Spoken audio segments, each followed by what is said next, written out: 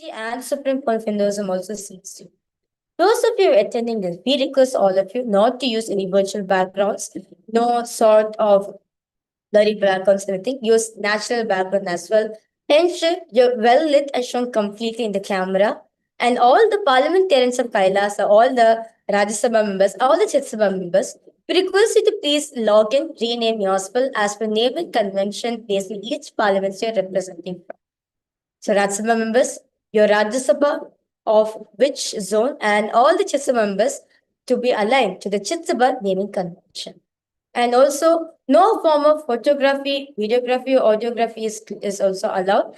And also, no form of AI transcript also allowed during the darshan and satsang and Supreme Court of Hinduism. In fact, all of this has been provided for all of you directly in the official handles of Kailasa. Let's now get ready to prepare ourselves with a head thick and spine straight line to receive the grace, darshan, satsang of the Supreme Pontiff. Sit straight, close your eyes. Inhale and exhale as slowly as possible and as deeply as possible.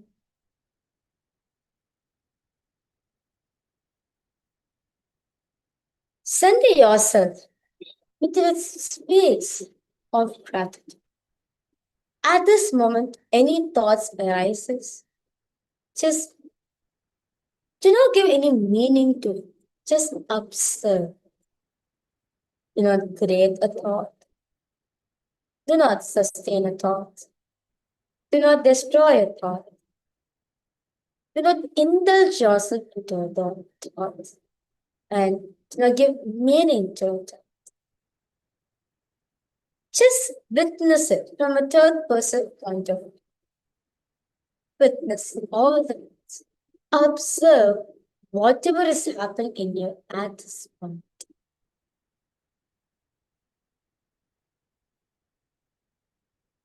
Avoid any restlessness at this point of time. With the externally on, internally. Let the inner chatter be completely. Do not indulge yourself in such thoughts. Just observe. Even the inner chatter, just observe. Do not give any meaning, do not give any interpretations to all the inner chatter that's constantly running in. Just observe. Observe the observer. Witness the witnesser. Become aware of the awareness. Be conscious of the consciousness. Witness every single thing that's happening in you at this point of time.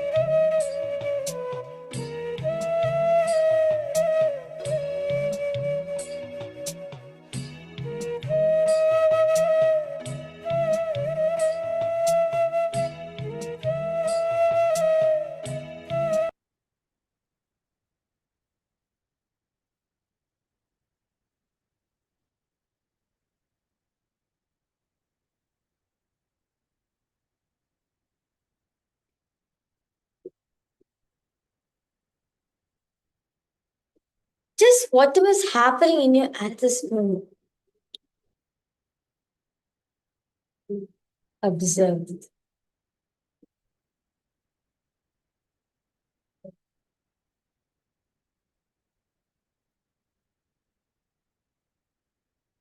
Observe the observe. See who's actually seeing the reality in front of you. Who's that person who's perceiving what the exact is?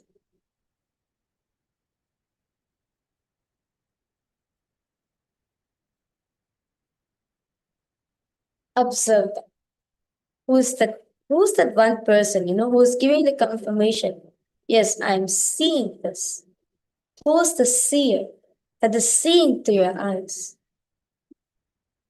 Who's that listener who's listening through your ears? That's giving a confirmation. Yes, I am listening. Who's that person who's talking? Who's that person who's talking? Who's that person who's talking? Who's that person who's talking? Who's that person who's talking? Talking.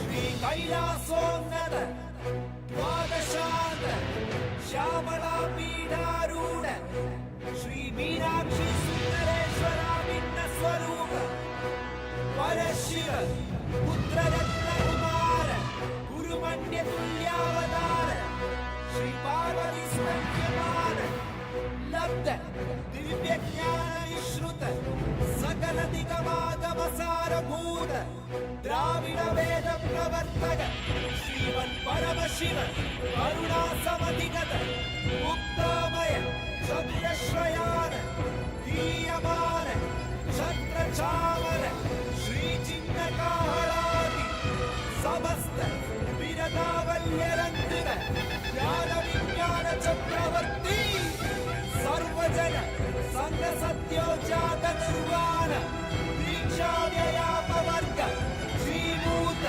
परमतकल भेद केशरी शैव सिद्धांत स्थापनाचार्य श्री राजाधिराज पाण्ड्य महाराज गुरु श्रवण शाक्यादि महातकार निर्वाण ज्ञानवानु दीक्षानर्हार्ह वचोचेदन पूर्वक ऋषभध्वजस्थापक शैव समय कर्तृ सर्वज्ञ पीठारूढ श्री जगद्गुरु श्री ज्ञान संबंध देशिक स्वामी वागीश सुंदर माणिक्य वाचक स्वामिना अवतार भूत श्री ज्ञान संबंध स्वामी पुनरुद्धृत श्यामला पीठ महासंस्थान ज्ञान साम्राज्य शासक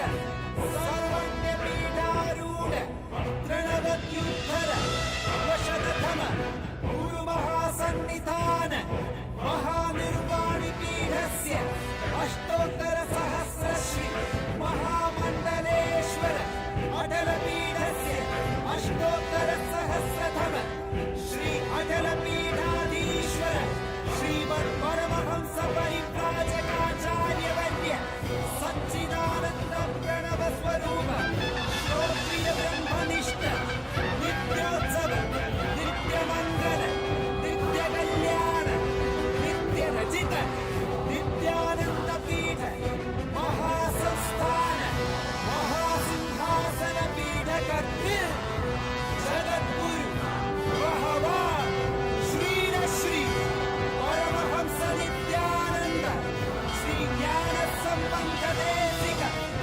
परमाचार्य स्वामी परात् परात् परात्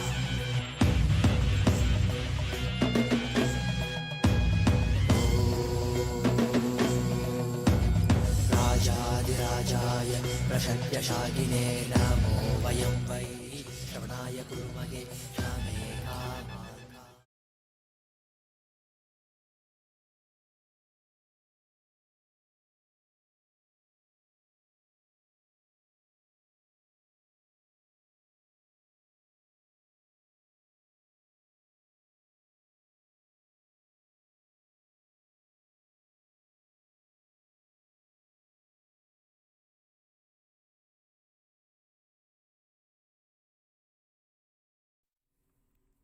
Nithyanandam. Today is the second day of the grand festival of the Guru Purnima Brahmotsavam. This festival revives our cosmic roots through the sacred Guru Parampara, inviting us to actively awaken our inner spiritual, conscious sovereignty and become the living embodiment of Kailasa.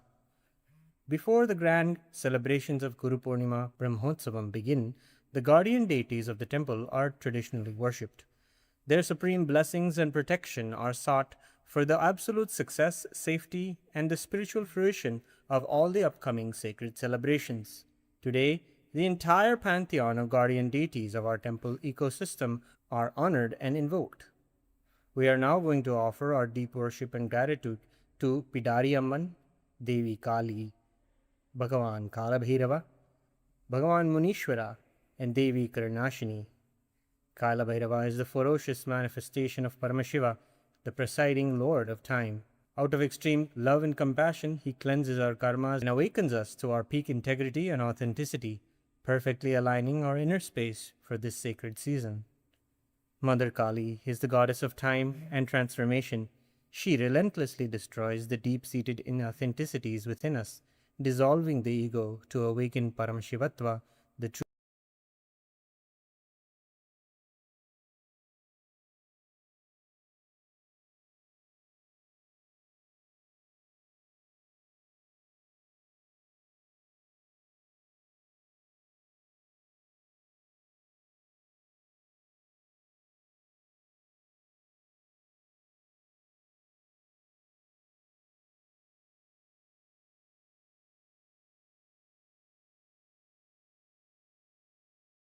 manifested from the very face of Paramashiva, eternally protects his devotees and safeguards the sacred space of the temple, anchoring the spiritual energy of the kshetra.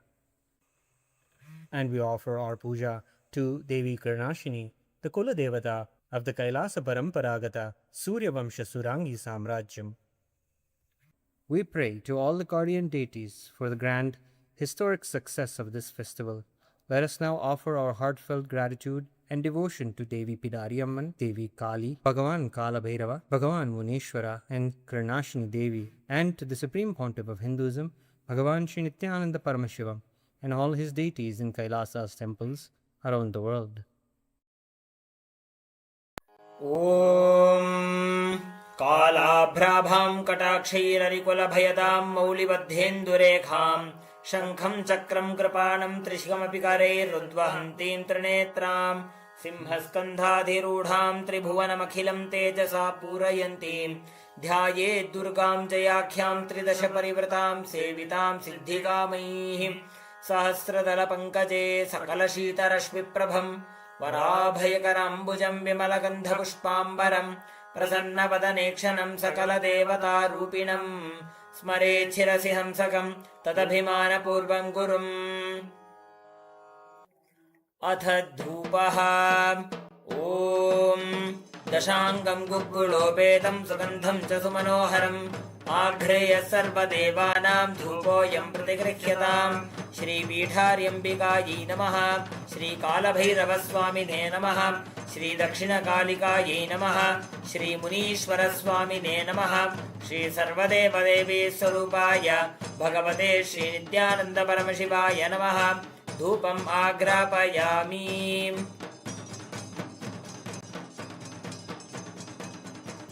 अथ दीपः ॐ साज्यं त्रिवर्तिसंयुक्तं वह्निना योजितं मया ग्रहाणमङ्गलं दीपं त्रैलोक्यतिमिरापहं श्रीपीठार्यम्बिकायै नमः श्रीकालभैरवस्वामिने नमः श्रीदक्षिणकालिकायै नमः श्रीमुनीश्वरस्वामिने नमः श्रीसर्वदेवदेवीस्वरूपाय भगवते श्रीनित्यानन्दपरमशिवाय नमः दीपं सन्दर्शयामि अथ नैवेद्यम् ॐ अमृते अमृतोद्भवे अमृतवर्षिणी अमृतं श्रावय श्रावय स्वाहा श्रीपीठार्यम्बिकायै नमः श्रीकालभैरवस्वामिने नमः श्रीदक्षिणकालिकायै नमः श्रीमुनीश्वरस्वामिने नमः श्री सर्वदेवदेवी स्वरूपाय भगवते श्री नित्यानंद परमशिवाय नमः। नैवेद्यं निवेदयामि, नैवेद्यानन्तरमाचमनीयं समर्पयामि।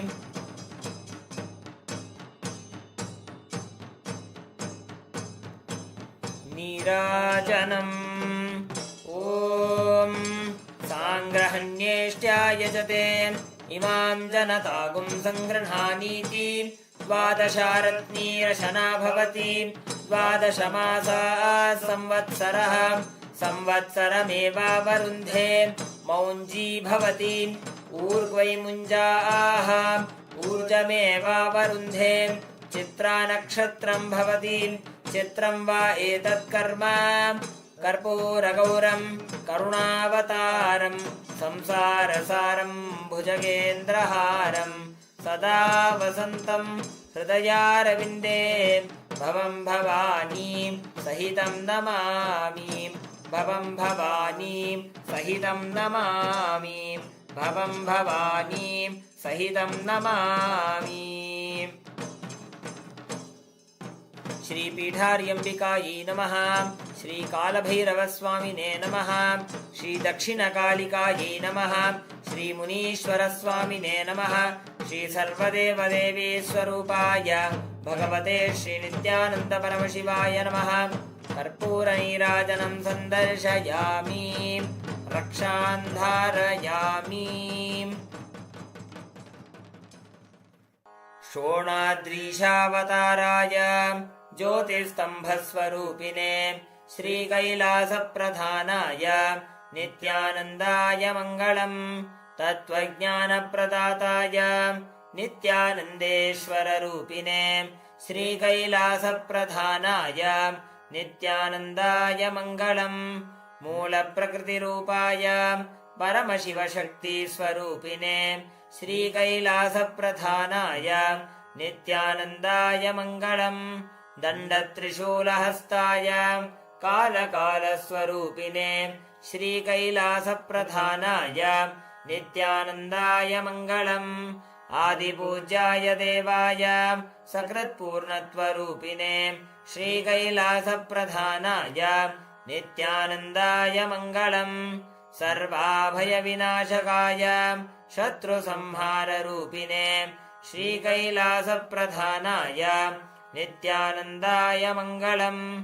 योगपट्टाभिषिक्ताय राजसन्न्यासधारिणे श्रीकैलासप्रधानाय नित्यानन्दाय मङ्गलम्।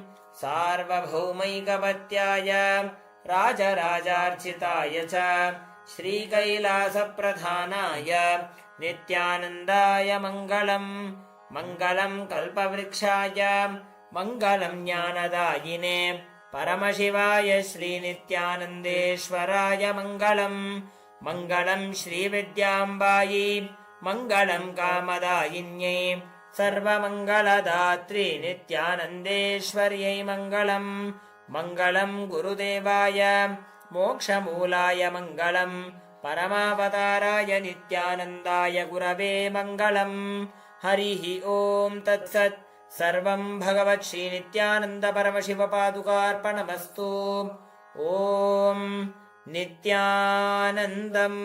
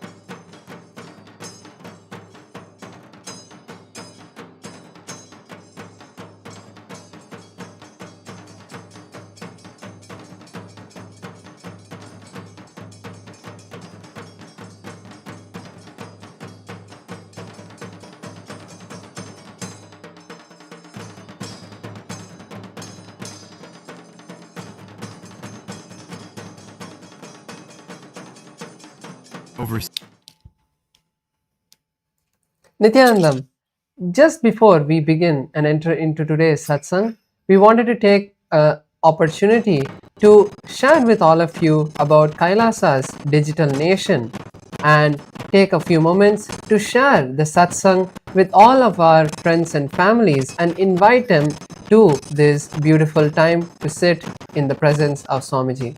Kailasa is the world's largest digital nation with over 1 billion lives enriched and enriched.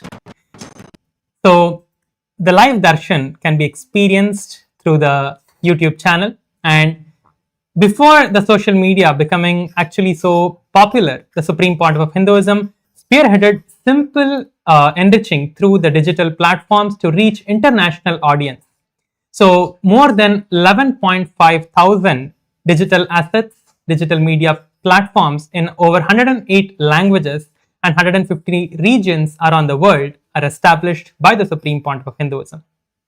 Let us take a few moments to head over to Kailasa's SPH Nithyananda YouTube channel, and over there you can subscribe to the channel and click on the live video in the home page. And in the live chat section, you can post your prayers to have them blessed by the Supreme Pontiff of Hinduism directly. The next platform we will be going to is the Kailasa SPH Nithyananda Instagram handle.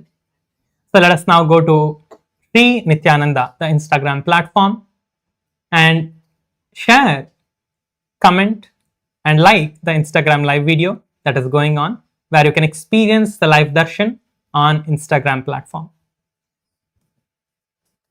The next platform is X, formerly Twitter. You can go to the topmost pinned post and click on the reply icon, and then you can post your prayers to the SPH with the hashtag as the avatar in the live chat.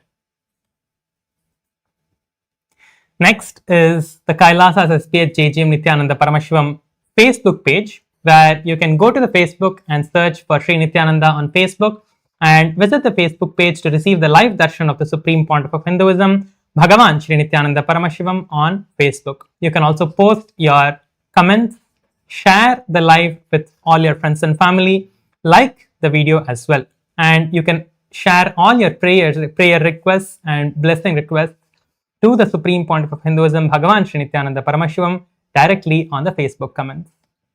The next platform is TikTok, where once again in the live video in TikTok, first of all you can follow the TikTok handle of the SPH, and in the live video you can post your prayer and requests to the SPH and have them blessed directly by Swamiji. So now with this, we'll be moving to the next segment, which is the Hindu votes, the parliamentary voting segment, where we are going to be seeing what the today's topic is. As the WHO raises concerns that digital platforms, social media, and generative AI are reshaping the health and development of children, UNESCO is calling for AI in education to remain safe, inclusive, and centered on human dignity. The Supreme Pontiff of Hinduism, Bhagavan Sri Nithyananda Paramashivam, revealed that technology must be guided by consciousness. Through Kailasa's Gurukul ecosystem, yoga, meditation, completion, and youth can be empowered to use technology without being controlled by it. So first, for the Chitsabha Parliament, to all the Chitsabha members, the question and the vote of today is, which conscious-based solution from Kailasa can make the greatest impact in protecting children in the digital age?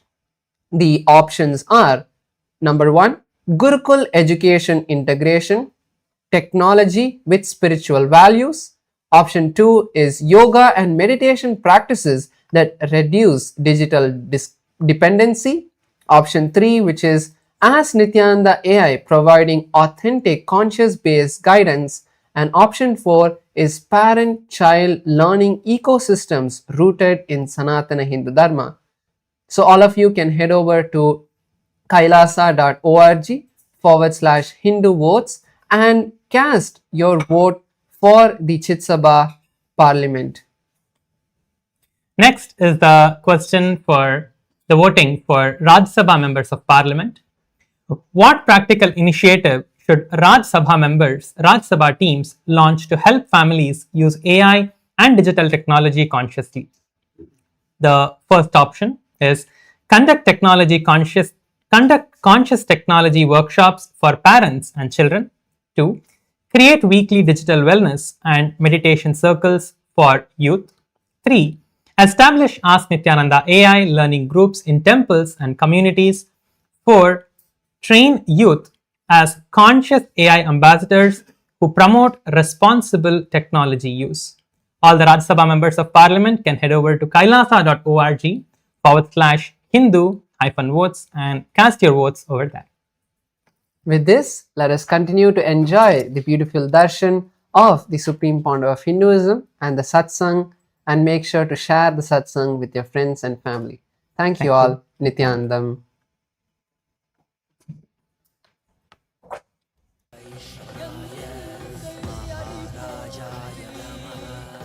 தேசனடி போற்றி சிவன் சேவடி போற்றி நேயத்தே நின்றடி மதனடி போற்றி மாயப்பிறப்பருக்கும் மன்னனடி போற்றி சீரார் பெருந்துரை நம் தேவனடி போற்றி ஆராத இன்பம் அருளும் மலை போற்றி ஈசனே சிந்தை கவல வந்த நேசனே நீ வருவாய் பூவோடு கனிகளை கொண்டு உன்னை பூஜித்தோ அருள் தருவாய் கலி என்னும் கடலினில் மூழ்கிட்டு எம்மை நீ கரம் தந்து காத்திட்டு கருணை மழையை பொய்கையில் அலர்ந்திட்ட அலவத்மம் போல உன் திருவடியில் வாழ்ந்திட நிற்கிறேன் வாராய் அருணாச்சலனே நீ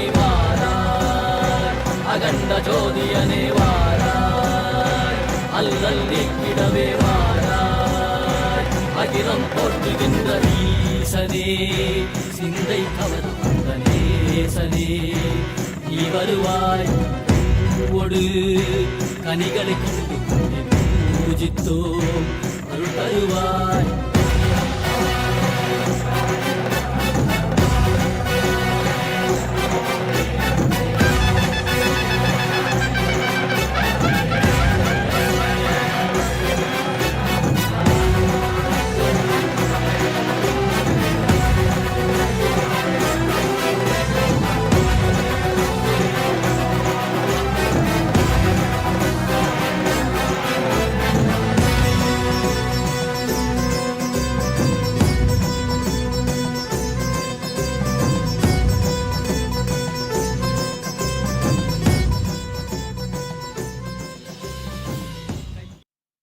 As the ultimate manifestation of Paramashivam, Tripurantakamuti, I bless you all with Paramatma.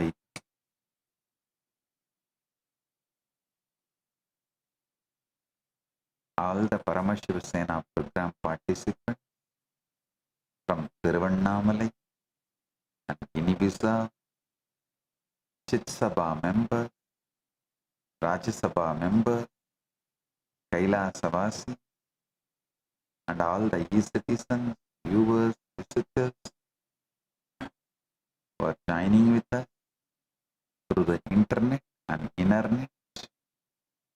I welcome each and every one of you with my love and blessing. Volunteers in Guinea-Bissau, Ma Vani Goyal and Ma Chin Hao. Volunteers in Tiruvannamalai, Pratap, Vignesh, Shivarudra Bhairava. Blessings for everyone. Today, I initiate all the PSS participants into Paramadvaita Diksha, manifesting all the Ananta Kalyana Gunas of Paramashiva, manifesting as Nithyananda Paramashivam,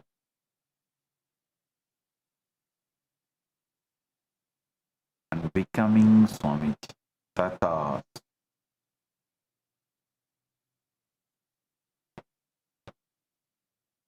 Paramashiva's direct message from KAILASA. The mind that counts is not who you are. Listen. The mind that counts is not who you are. Drop the memory that binds its counting. You will stand as the pure witness of every universe. Listen. The mind that counts is not who you are. Drop the memory that binds its counting, and you will stand as the pure witness of every universe you have ever lived in and living in.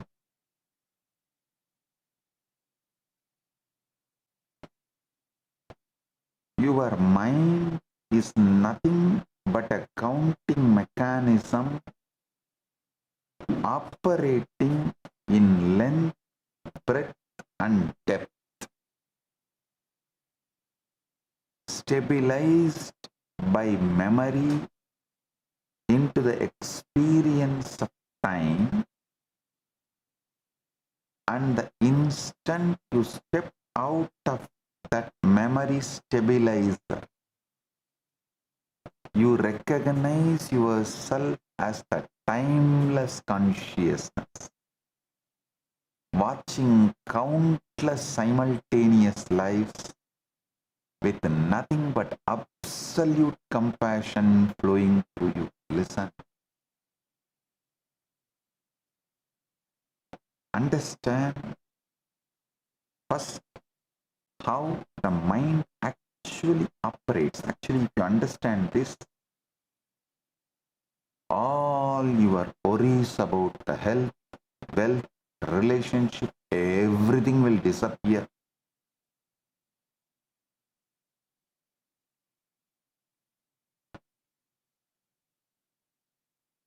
Real achievement is being pure consciousness, and from that ultimate real achievement, you start dreaming the way you want as the Leela.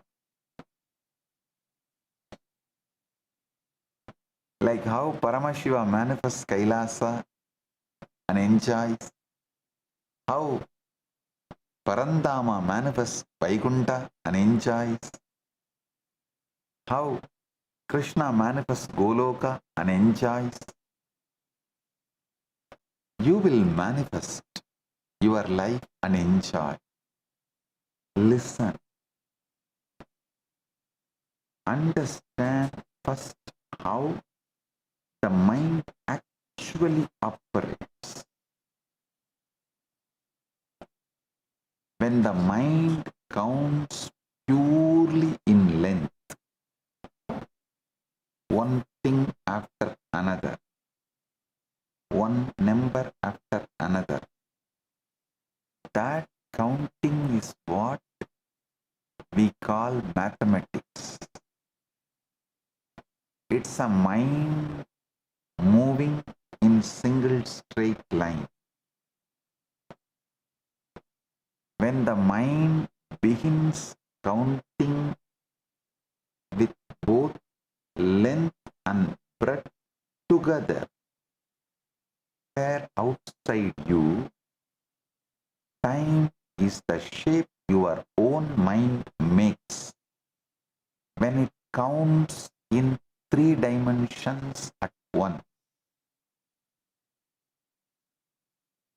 All possible future you can have has already happened.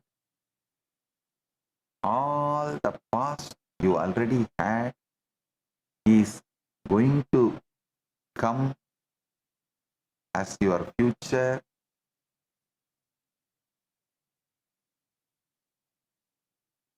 The present, what you call, does not exist other than your mind counting from length, breadth, depth. Listen, this is exactly why the mind, however brilliant, however refined, can never go beyond time, because the mind is not merely trapped inside time. The mind's very structure of counting is time. A ruler cannot measure its own length, and the counting mind cannot count its own way of counting. All 3 of these functions, length, breadth, and depth, are held together by one single stabilizer, and that stabilizer is called memory. Without memory, length would not become a line, breadth would not become a surface, and depth would not become time. There would only be a single disconnected, timeless instant.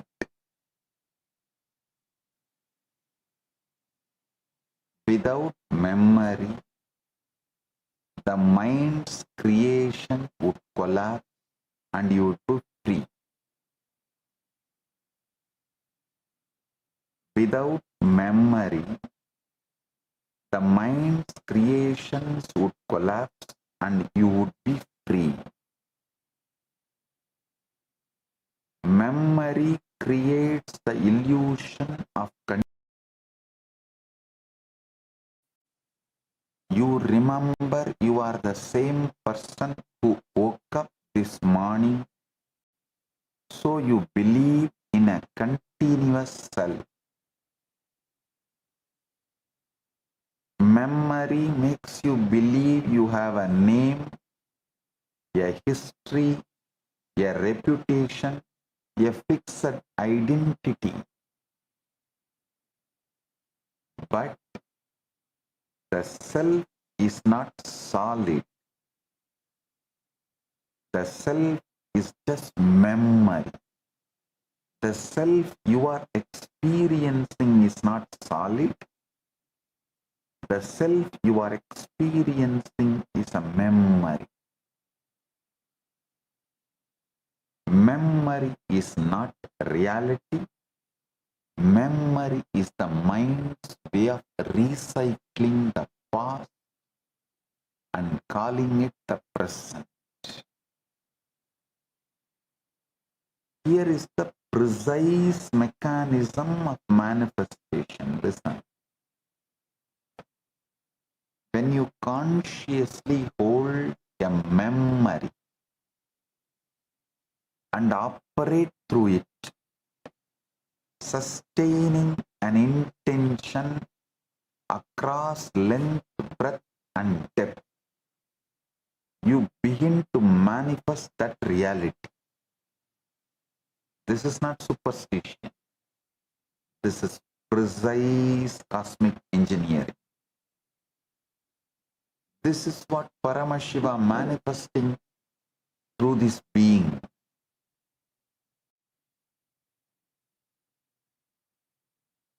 This is what Paramashiva manifesting through this being uses consciously. This is what I do conscious.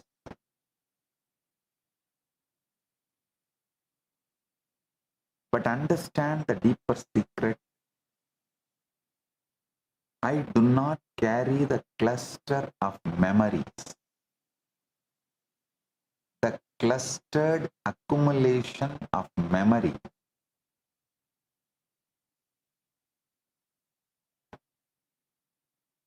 I do not carry cluster of memories, the clustered accumulation of memory. When I look at anyone, at anything, I carry no anger, no judgment, no residue from yesterday's interaction. I carry only absolute unbroken compassion. I should say I carry only absolute unbroken consciousness. Somebody who gets trained by me feels it is ferocious. Somebody who gets blessed by me feels it is love. Somebody who gets my sympathy feels it is compassion. You give it different names. I carry the pure super consciousness. Absolute pure super consciousness. Because I do not carry this memory cluster, I look at everyone and everything completely fresh, exactly as it is in this very moment, not filtered through the sediment of the past. This is what allows me to operate as a pure channel for supreme, ultimate Paramashiva. I do not carry the memory of this world, yet whatever is precisely needed for this world right now manifests spontaneously through me. This is extreme conscious compassion, not compassion as an emotion or a decision, but compassion as the very nature of consciousness when nothing blocks it. This precise, sharp, cosmic operating procedure, functioning without personal memory, but with total access to everything the universe needs, is called Kala. This is why I am able to act with total consistency, moment after moment, without the fatigue of carrying yesterday's baggage. Listen.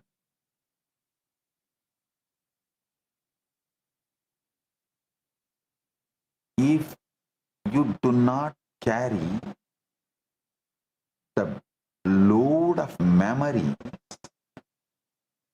you will not be afraid of getting bored. What is getting bored? It's nothing but you don't have anything to do, so your mind shifts to the default mode where the internal memories rise and fall as they want, because you cannot handle the default mode and the memories triggered in your default mode. You are afraid of getting bored. You are always engaged engaging yourself with something, especially this device addiction, screen time, device addiction, doom scrolling. Oh God. Blessed are those who don't do anything, sit in their default mode and don't get bored. Patanjali says, Anubhuta Vishaya Sampramoksha Smritihi. Memory is the non-loss, the non-departure of an object that has already been experienced.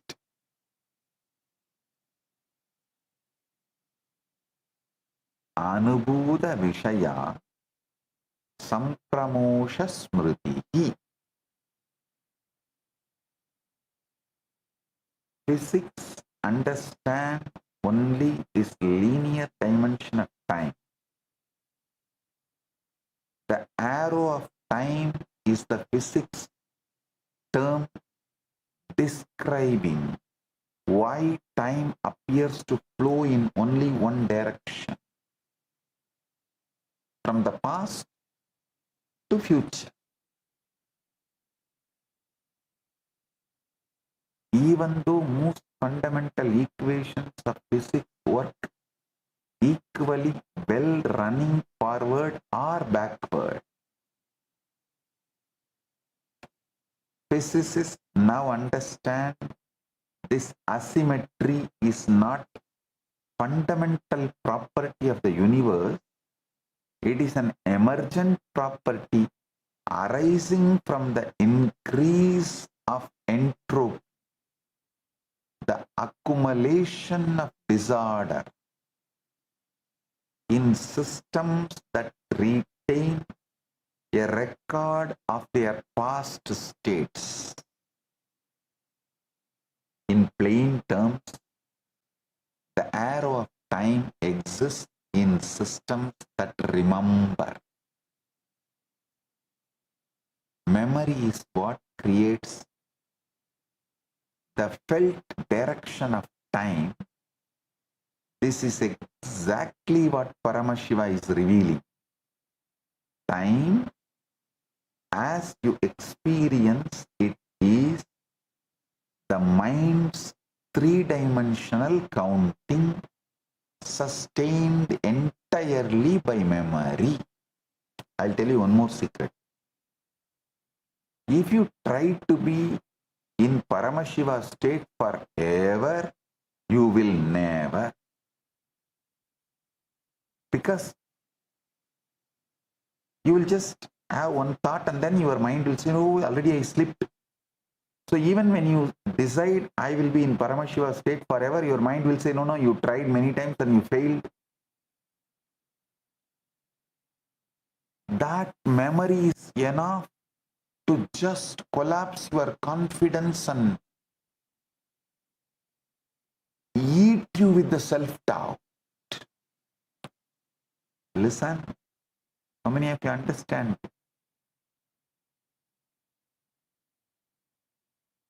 Now understand the razor's edge hidden inside this truth I am revealing.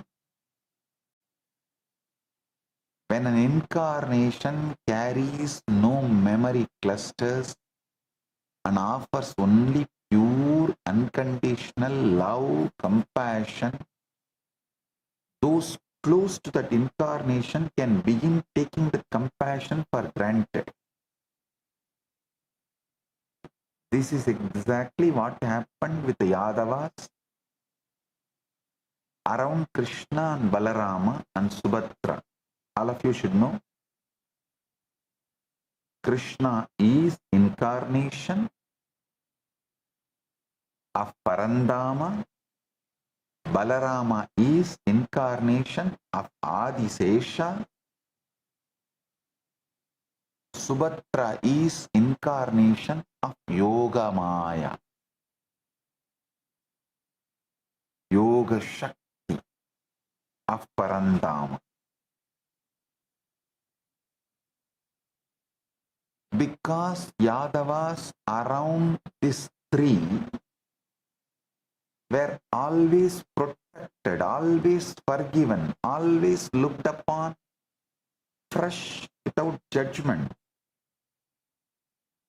The Yadavas developed a solidified inner pattern. Whatever we do anyway, Krishna and Balarama will protect us.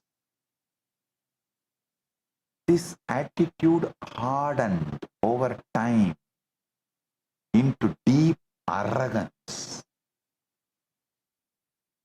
That arrogance found its most destructive expression in Shamba. The Shamba, the Krishna's own son, who dared to play mocking games directly with Durvasa, Rishi Durvasa himself. Understand who Durvasa is? He is the direct manifestation of Rudra Amsha of Paramashiva. Ordinary beings would flee at the mere sight of him, or even hearing his name that he is coming to certain area. They will run away, knowing the intensity of his tapas and ferociousness. But Shamba, intoxicated by the arrogance and taking divine compassion for granted, mocked Durvasa directly.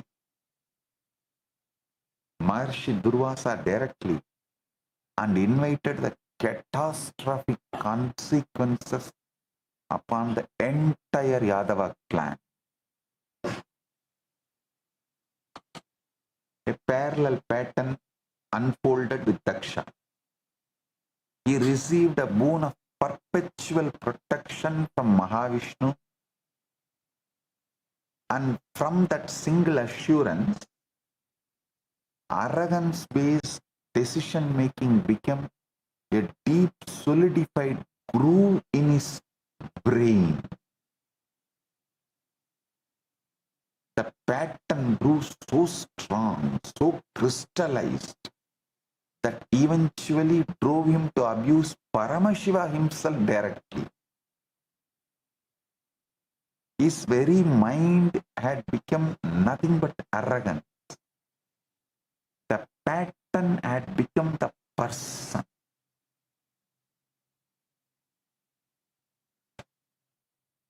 The teaching here must be received with total clarity. The compassion of an incarnation is never permission to remain unconscious. It is an invitation to become more conscious, more responsible, precisely because there is no memory-based judgment holding you accountable from the outside. The accountability has to come from within you. When compassion is exploited rather than received with gratitude, it does not harm the one giving compassion. It only deepens the very arrogance pattern that will eventually destroy the one exploiting it. Listen. You should understand why I am ferocious sometimes. Because I do not want you guys to become like Yadava clan or Daksha.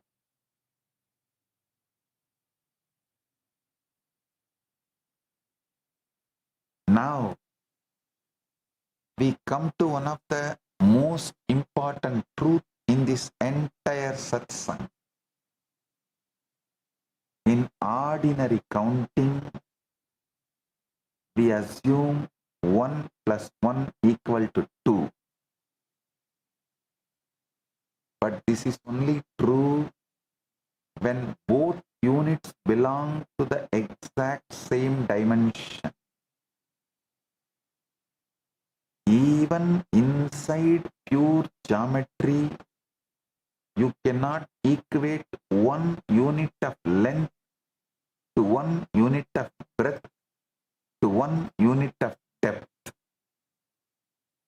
Each carries the label 1, but they are categorically, fundamentally different kinds of 1. You cannot simply write 1 of length is equal to 1 of breadth is equal to 1 of depth, because that would be like saying 1 meter is equal to 1 kilogram. It's a statement without meaning. In physics,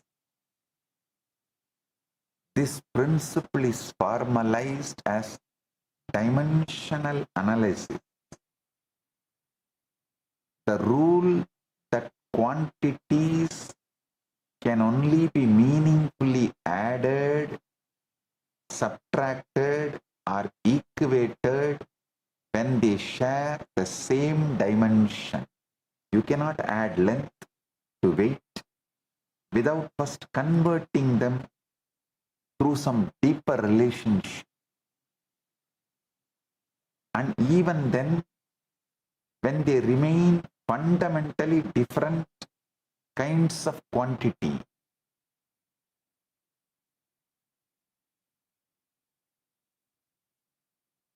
understand this, I'm repeating. You cannot add length to weight without first converting them through some deeper relationship. And even then, they remain fundamentally different kinds of quantity. This is exactly the trap human consciousness falls into. We keep trying to equate our consciousness, which is infinite and multidimensional, to time spent or to outer success achieved, both of which are single dimensional measurements.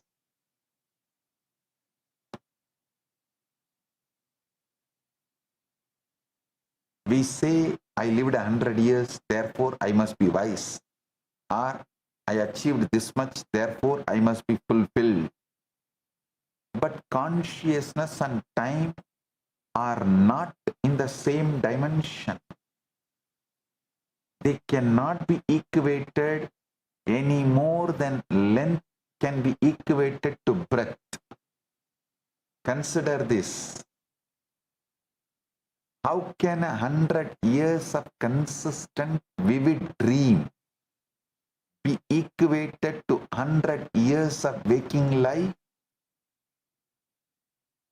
Even within your own experience, dream time and waking time do not share the same rate, the same texture, the same reality. Understand, these are not merely multiple births happening one after another in sequence. They are multiple universes in which your multiple births are happening simultaneously and spontaneously right now in this very instant. The ultimate realization is collapsing all these simultaneous universes into one, and recognizing that this one is the very consciousness observing all of them happening at once, simultaneously, spontaneously. The one who has realized this is ultimate being. I am repeating, listen. Listen once more. The ultimate realization is collapsing all these simultaneous universes into one and recognizing that this one is the very consciousness observing all of them happening at once, simultaneously, spontaneously. The one who has realized this is the ultimate being. A small story. Narada once asked Lord Vishnu to show him the true power of Maya. Vishnu simply smiled and asked Narada to fetch him a cup of water from nearby village. Narada walked to the village, went to a well to fetch water. He saw a beautiful woman who came to fetch water. He forgot his mission entirely. He fell in love, married her, had children, worked, aged, and lived a full lifetime. Years later, a devastating flood swept through the village, and as Narada wept, clutching for his drowning family, suddenly he heard a familiar voice call out, "Narada, where is my cup of water? I have been waiting." He opened his eyes to find himself standing ankle deep in a small stream with Vishnu smiling on the bank.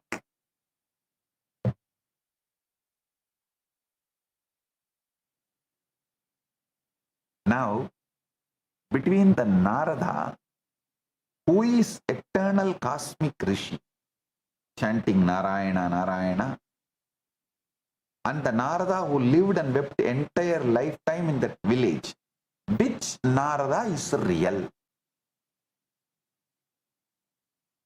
Is Narada who chants Narayana, Narayana all the time, met the Parandama and who Parandama asked to get water, or the Narada who lived a full time in the village with wife and kids? Which Narada is real? The answer is neither. Neither. Listen. Beyond both of these roles, the one who is observing both births and both deaths, both entire lifetimes happening simultaneously, that witnessing consciousness alone is the real Narada. And that same witness is what you are right now. Beneath every role you think you are playing, as Krishna declares in Bhagavad Gita, 2nd verse 20, Krishna declares in Bhagavad Gita, Najayate mriyate va kadachinnayam bhutva bhavita va na bhuyaha ajo nityaha shasvadoyam purano na hanyate hanyamane sarire. The self is never born, nor does it ever die. Having once existed, it never ceases to be. It is unborn, eternal, ever existing, and primal, and it is not slain when the body is slain. Even now, in this very satsang, I am the one who is speaking and I am the one who is listening. Because I know that I am both the speaker and the listener, the subject and the object, the doer and the experiencer. I am resting in my ultimate nature. But because you think you are only the one who is listening, separate from who is speaking, you remain caught in delusion. This is the only difference between you and me. Listen carefully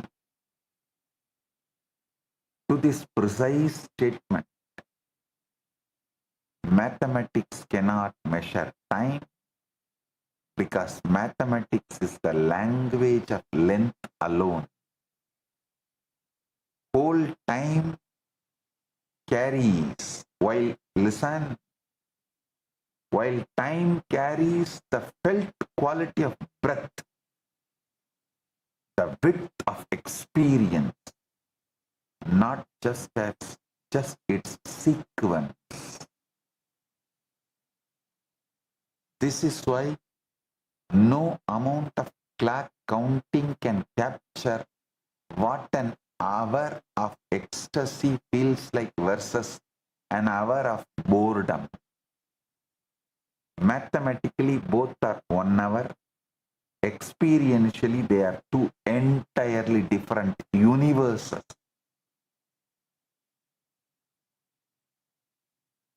Of felt time. The recognition that dissolves this delusion is simple to state and profound to live. You are not confined to the role of the listener. You are the very same consciousness playing the part of speaker also. The listener and the silent space in which both speaking and listening occur.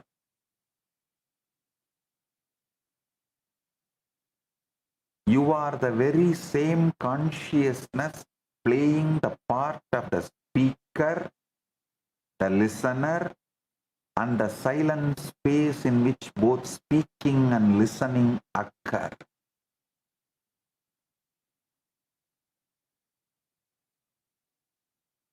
Collapsing all these into one. And that one is observing all these happening simultaneously, spontaneously. The one who has realized this is the ultimate reality.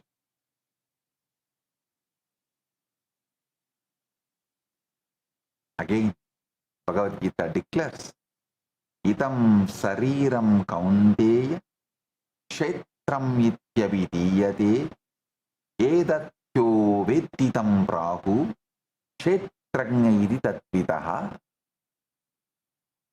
This body, O Kaunteya, is called the field. The one who knows it is called the knower of the field by those who know.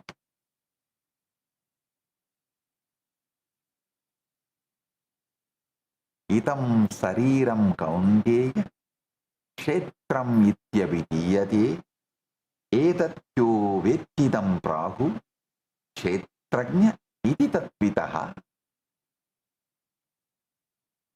This body, O Kaunteya, is called the field. The one who knows it is called the knower of the field. In the modern world, an art piece is measured by the price a buyer is willing to pay for it. This measurement is deeply flawed. The real value of art is its capacity to make the person flow The artist, how much he has flown, and the person who is seeing the art, how much he is made to flow. Actually, both are one and the same. If the art is done by the artist who has flown into it, it is alive with that frequency and makes anyone flow into that who sees it, who observes it, who enjoys it, who connects with it. Flow means the mind stops, it's dry. Linear counting, mathematics.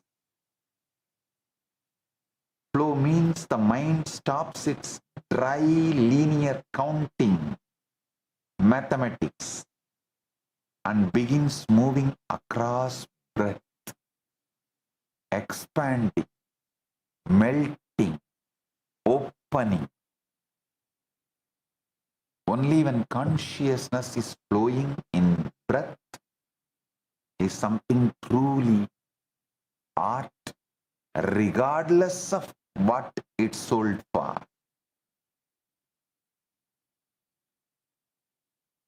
This is precisely the science that Sanatana Hindu Dharma has mastered across millennia. Look at our temples, the towering deities, the intricate carvings, the dancing forms carved into stone. These are not mere decoration. Each carving is a deliberately engineered technology of consciousness. A single murti carved once can make millions of people flow across centuries, across languages, across every level of intellectual capacity, into weeping, into dancing, into stillness, into devotion. That capacity, not the gold spent on it, is its truly an invaluable prize.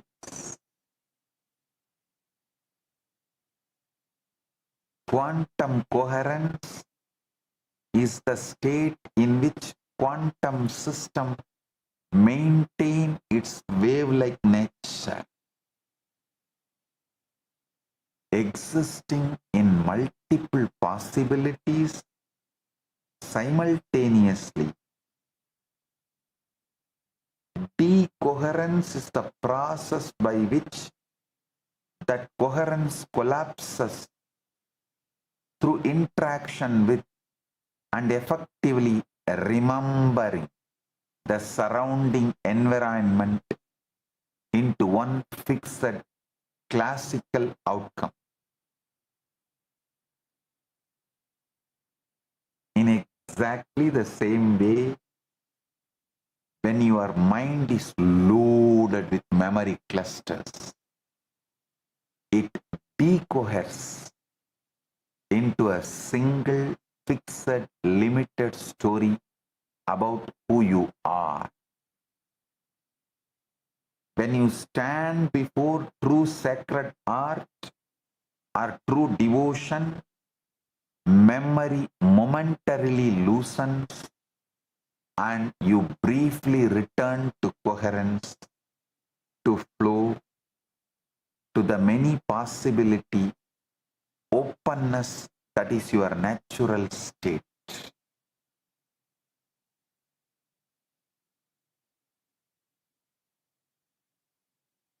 Listen. Your mind counting is mathematics. Your mind flowing is art. Your mind stabilized without memory is consciousness beyond time. This is Kala, the precise conscious operating procedure of the supreme supreme functioning true form.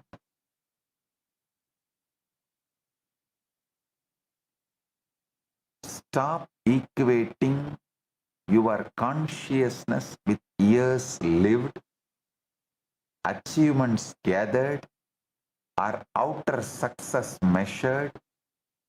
You are not 1 plus 1 equal to 2.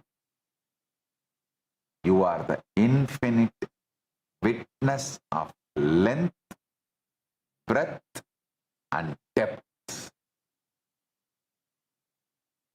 and time together.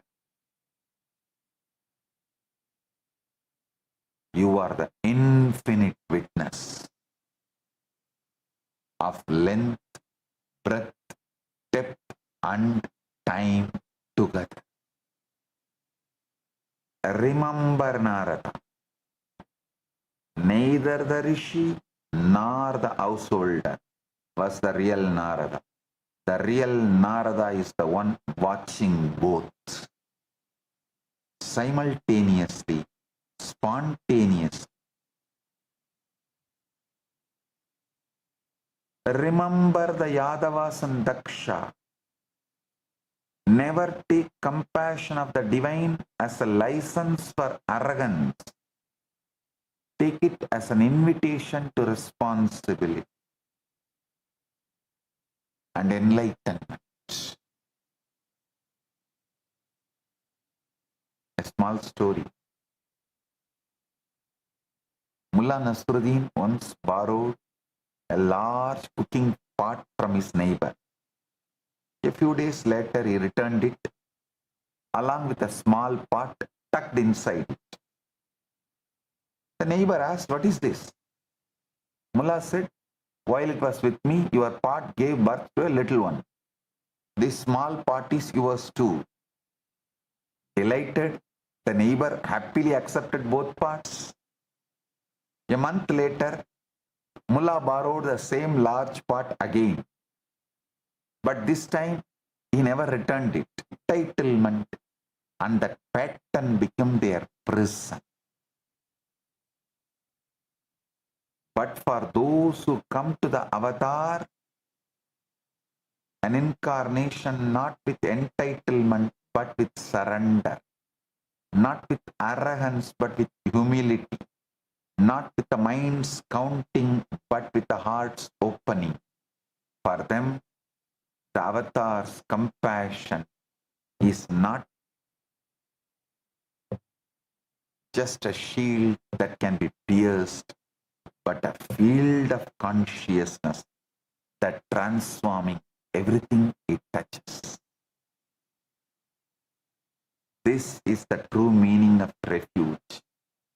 Not just a safe house that can be raided, not just a legal protection that can be overturned, not a media narrative that can be flipped, but the absolute, unconditional, indestructible presence of the divine that says, "I see you as you truly are," and that seeing itself is your liberation.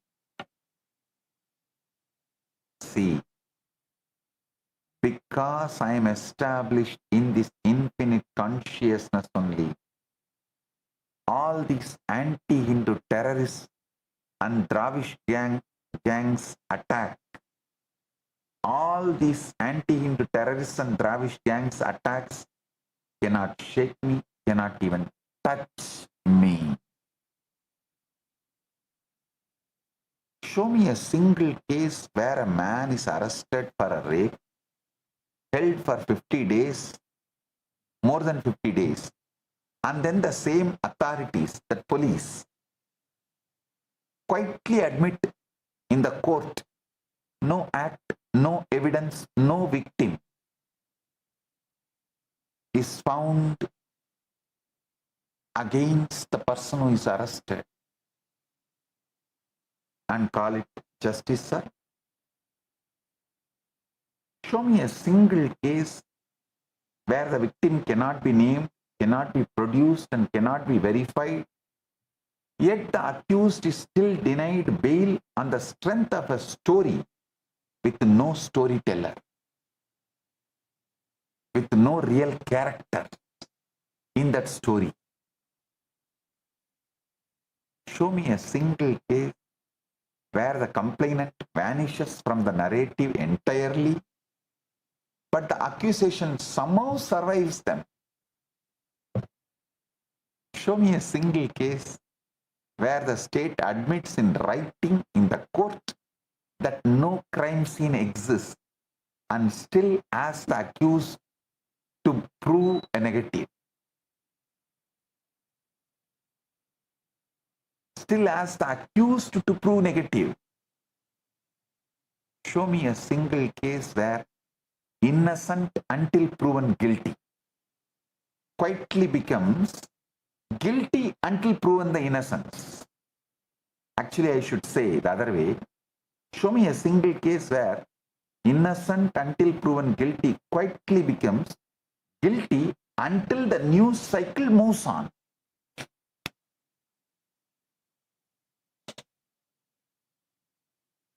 I tell you, when you take refuge in Paramashiva, the protection is not just spiritual or legal, it is ontological. It changes the very ground of your being. When the ground changes, the pursuit changes too. When the world builds a case against you, when memory is weaponized, when numbers are manufactured, when timelines are fabricated, the one who dwells in the no memory state cannot be touched because there is no one to touch. Only the infinite operating through the finite. And this is the promise I make to you. Abhayam is not just a promise that nothing will happen to you. Abhayam is the promise that whatever happens to you, you will remain untouched in your core because your core is me and I am untouched. The Guru is the only refuge because the Guru is the only reality. The infinite consciousness that operates without memory, without judgment, without limitation. And when you take that refuge, you become that refuge for others. Not through your own power, but through the power of Supreme flowing through you. Essence of what I reveal today is this single unbroken truth. Listen, your mind counting is mathematics, your mind flowing is art, your mind stabilized without memory is consciousness beyond time. This is the Kala, the very freedom of Paramashiva functioning through form.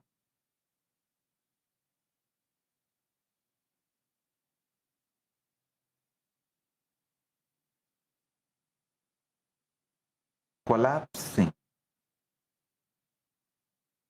all these multiple births, multiple universes, multiple deaths into one, and that one is observing all of this happening simultaneously, spontaneously.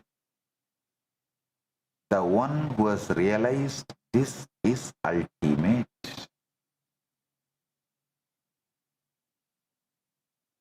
This is the state of an enlightened being, enlightened incarnation. There is no memory pattern, only the supreme functioning through a pure channel. This is the state of the ultimate observer, the one who sees that neither the speaker nor the listener is real, only the one who observes both.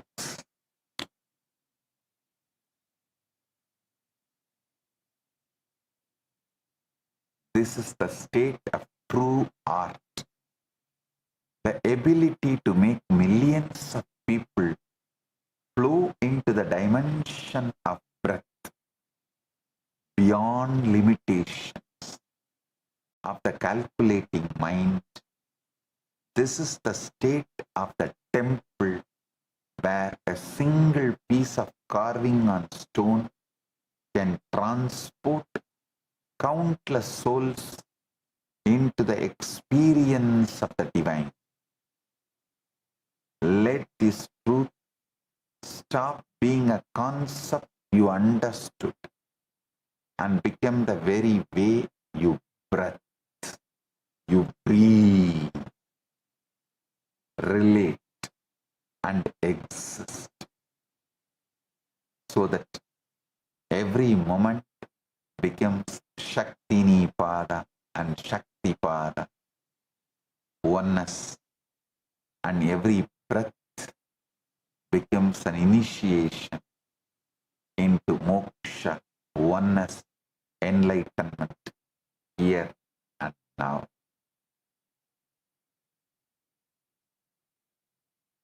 Today, I have two great digital gifts from KAILASA for all of you. First is the Mind Game digital book. Second is the Paramashiva Yantra. Receive it and enjoy it.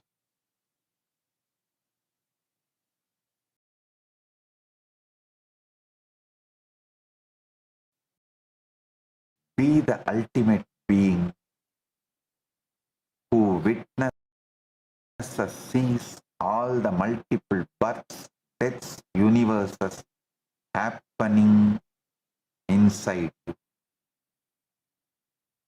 With this,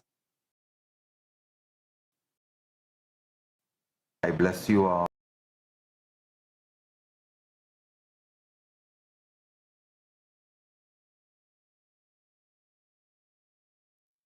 Volunteers in Guinea-Bissau, Mata Tata Shakti, volunteers in Tiruvannamalai, Vignesh, Shivarudra Bhairava, and Pratap, and all the Sabha members, Rajya Sabha members. I bless each and every one of you. Today, I initiate all the PSS participants into Paramashantatva, unagitated, absolute peace, non-violence centered energy, that Paramashiva manifesting in me, greater strategy to resolve all problems presented in front of you. My blessings.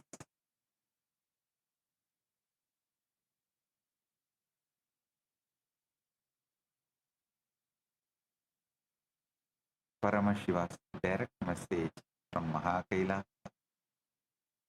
Listen. 1 plus 1 is not 2. 1 plus 1 equal to 2 is the lie your mind tells, so that it can forget the infinite. In consciousness, 1 plus 1 is equal to 1 plus 1. That's all. No 2.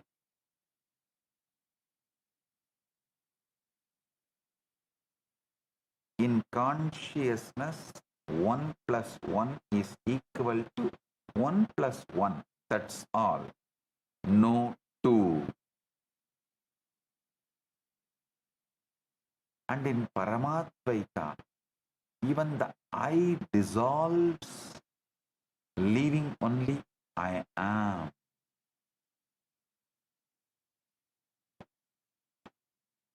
You see,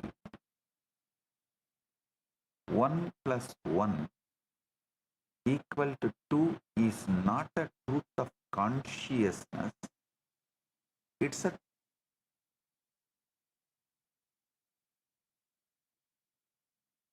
It's made up by mind. And mind is a very clever trickster. It takes the infinite, chops it into pieces, counts the pieces and declares, I understand reality. Let me give you a simple analogy. You have one rose. You bring another rose. Now your mind triumphantly declares 2 roses. But look closely. Is there really a 2? Where is this 2? Where is this 2? Can you touch it? Can you smell it? Can you put it in a vase? No. What you have is 1 rose and 1 rose. 2 distinct entities that refuse to merge into something made up by your mind as two-ness. Listen. Just if you understand this one truth, you will get the prasada of this whole Guru Purnima. This Guru Purnima, I am focusing on quantum enlightenment, making you understand simultaneously, spontaneously, synergetically, Paramashiva is in Mahakailasa and manifesting as this being and manifesting as you. He is breathing in you. Just allow him to spread in your whole nervous system. Just say, whoever is breathing inside me, whoever is managing all the fundamental activities like blood flow, heartbeat, breathing, let him pervade and take over this whole nervous system. Just leave it to him. Let him pervade and take over this whole nervous system you are carrying. You will see right now Paramashiva is quantum manifesting in Mahakailasa and as this being and as you. This Guru Purnima Prasada, this experience is this Guru Purnima Prasada you can receive right now if you understand that 2 exists only in your mind. It's a ghost, a phantom, a convenient fiction that your mind created because it cannot handle the terror of the infinite.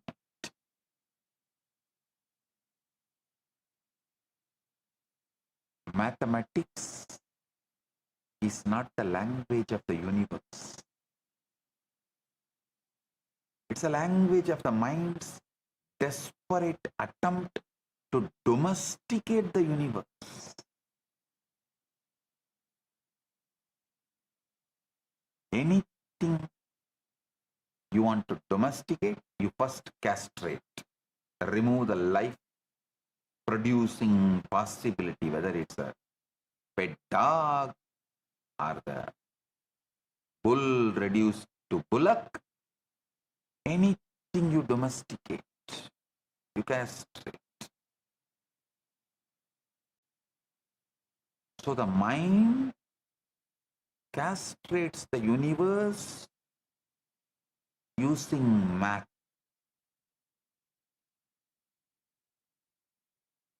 Using mathematics. Rose does not know there are two roses. Garden does not know there are two roses.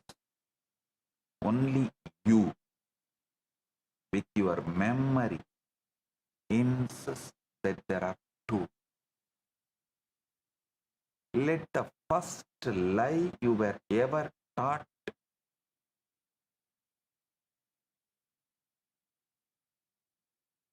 first by the school teacher with a piece of chalk who taught you 1 plus 1 equal to 2 should disappear.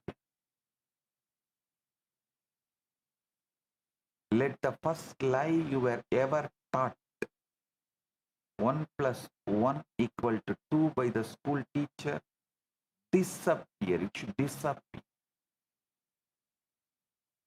No. 1 and 1 do not make 2 in reality. In reality, they remain 1 and 1. 2 simultaneous instances of the same infinite expressing. The mind says 2 because it cannot hold infinity without passing a number label on it. If mind can see 1 rose and 1 rose and 1 rose, all quantum manifestation.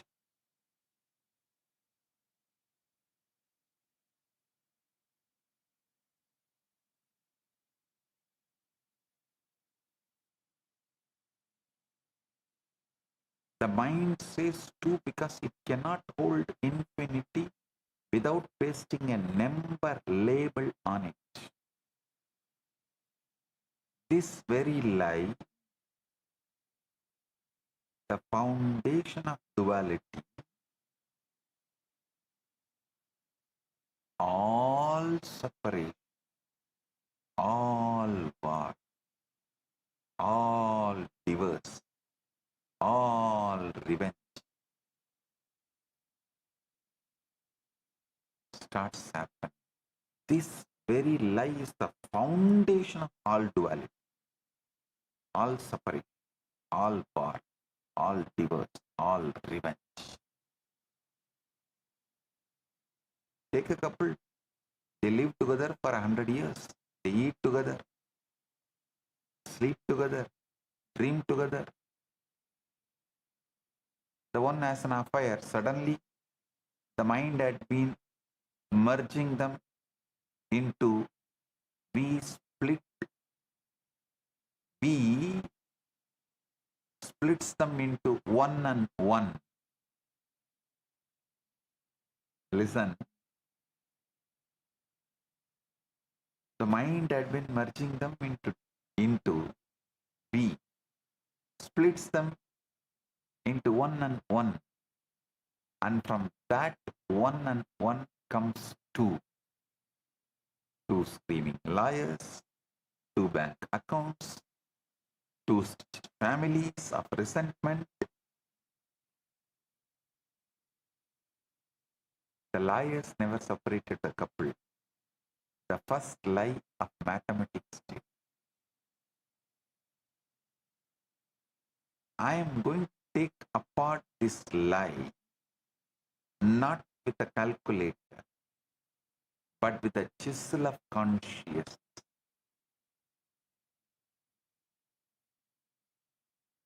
Listen carefully. I am not saying arithmetic is useless. arithmetic is extraordinarily useful. It keeps your electricity bill honest. It calculates the moon's distance from the earth. It builds your bridges. It builds your dam. But it is the maths of the mind. It is not the maths of the consciousness. In consciousness, the rose does not accumulate. The rose arises moment to moment, fresh from the infinite. One rose that you see now is not the same rose you saw a second ago. It's a fresh expression of the rose archetype, of the rose infinity. When you add 1 plus 1, you are doing what your bank account does, counting the deposits. But consciousness does not deposit. Consciousness manifests alive. Your math is great to deal with dead things, not for living. Expressing and depositing are two different operations. For example, take your breath. You inhale once. Now another. Did these two breaths add to two breaths? Or did each breath independently arise, express itself, and recede into the infinite? You do not carry your last breath on your shoulder. You do not stack your breaths like a plates. If you did, even a single lifetime would drown you. So many breaths you would be piling on top of yourself. The breath is honest. Each one is fresh. Each one is one, and there is no and one. The very grammar of breath is singular. And tell me honestly, at this present moment, do you feel like two breaths? Or do you feel the breath moving, fluid, unbundleable? This is the first taste of Paramadvaita, supreme non-duality. In supreme non-duality, things do not become two by addition. They simply express themselves one and another inside the one listen. They simply express themselves one and another inside the one.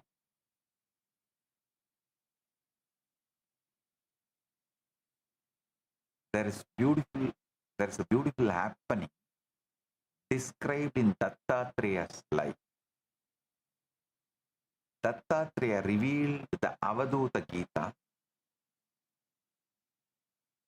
Once when Dattatreya was asked by a king, how many universal forms do you see? He replied, I see one, always one. If at all a second arises, I laugh. because the second is forgetfulness, not reality.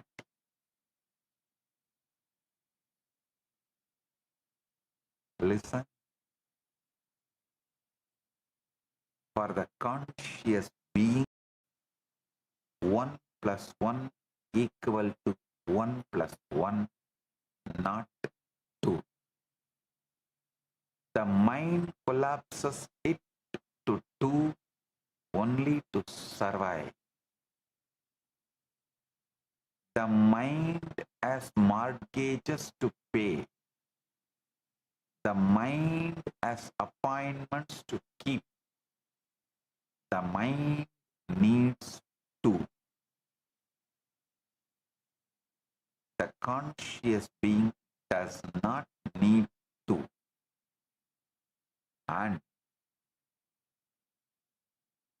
a conscious being can exist with mind also, but mind will be limited to the play of internal, intra-organ. It can play as one of the organs, that's all. Listen. As long as mind plays just its role, like your heart, lungs, kidney, intestine, memory, as long as your mind also plays its role, it's a great, amazing servant. But mind tries to teach you what is reality, what is right, what is wrong, what is good, what is bad, what is happiness, what is sadness. That is where the problem is.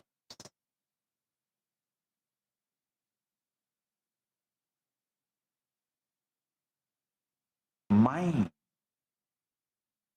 who is supposed to be serving you,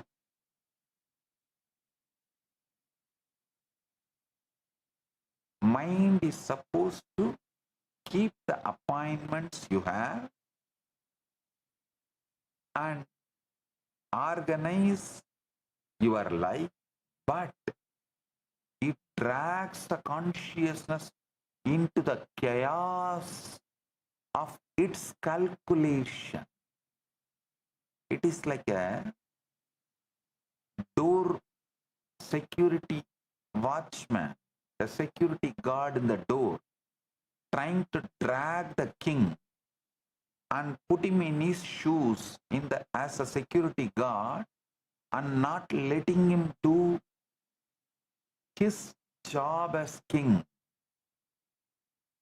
So an ordinary security guard making the king as his assistant is what is happening right now in every one of you.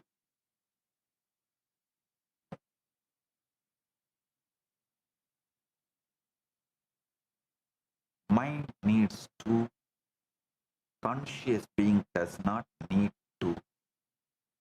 This is the entire reason the world treats Paramashiva as shocking. Because Paramashiva does not collapse the one into many. Paramashiva sees only the one.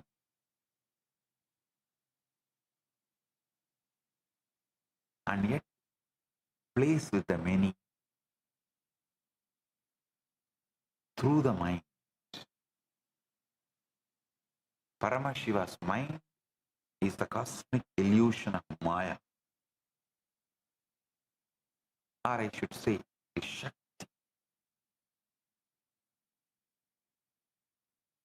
Maya is understood in a negative way. So I should use the word cosmic Shakti.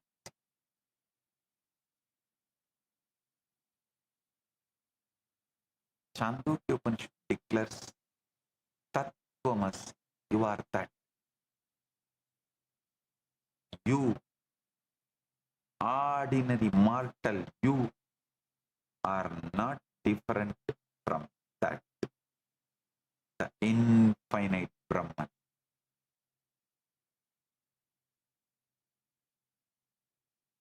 You, the you who feels that you are ordinary mortal, is not different from that very substance of that infinite Brahman. Only problem is your feeling is a lie. Means you are feeling you are an ordinary mortal is a lie. How is this related to 1 plus 1 equal to 2 being a lie? Listen. If you are already that, then the I which the mind calls you is not countable, standalone thing. It is the that expressing through your frame. So when I meets I, the meeting is not of two, it is the meeting of that, and they collapse back into one. Tattvamasi is the Upanishadic enforcement that 1 plus 1 is not equal to 2. When two people fall in love at first sight, the love they experience is not 1 plus 1. It's a shock of that recognition that the maths visibly breaks before them. That is why the meeting feels like electric, because the calculator suddenly has gone silent.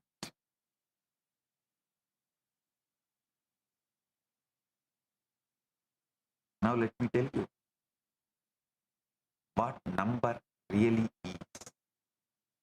Number is a property of reality. Realities do not have numbers. A galaxy does not say, I am galaxy number 1 or I am galaxy number 1265. A wave does not say, I am a wave number 4 billionth wave. No. Number is a property of the mind's visit to the infinite.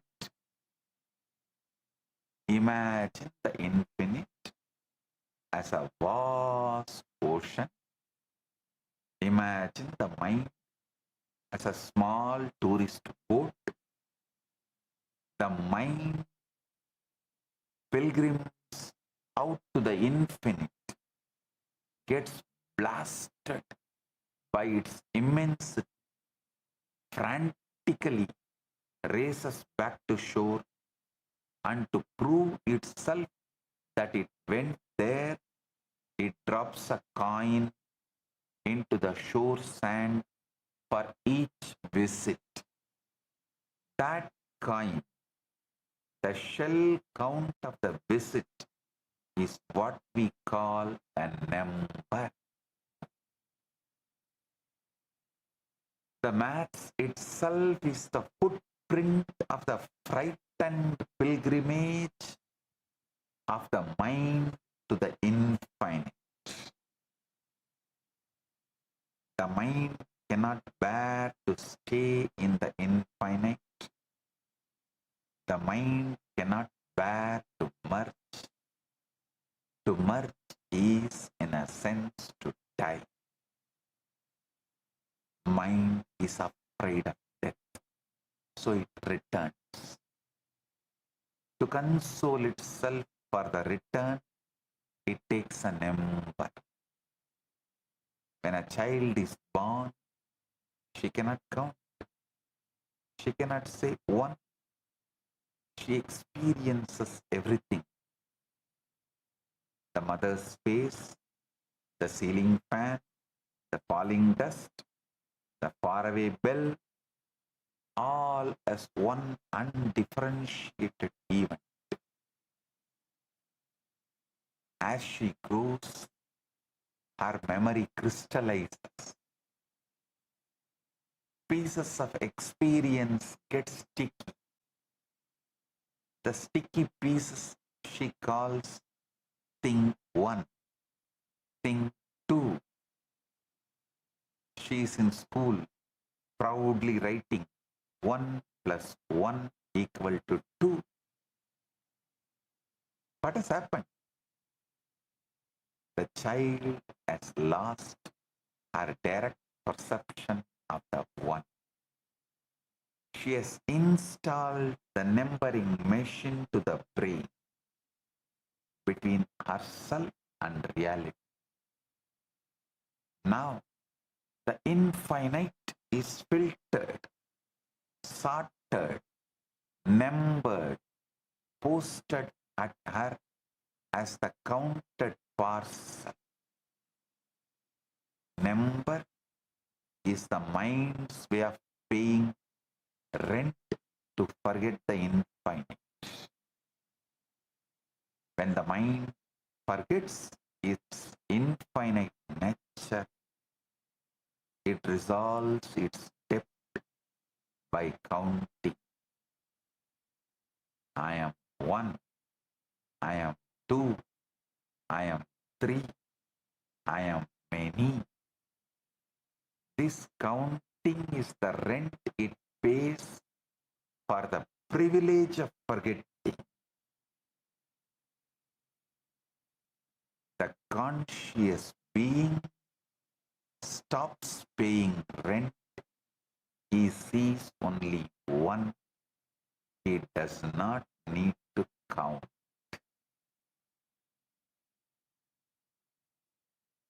I have a lot more to share. We'll do in further satsangs. Today I have great 2 digital gifts for all of you. I should say 1 plus 1 digital gifts from Maha KAILASA for all of you. First is the Upanishad revealed by the SPH digital book, and the second is Dakshinamurti Yantra. Receive it and enjoy it. Blessings.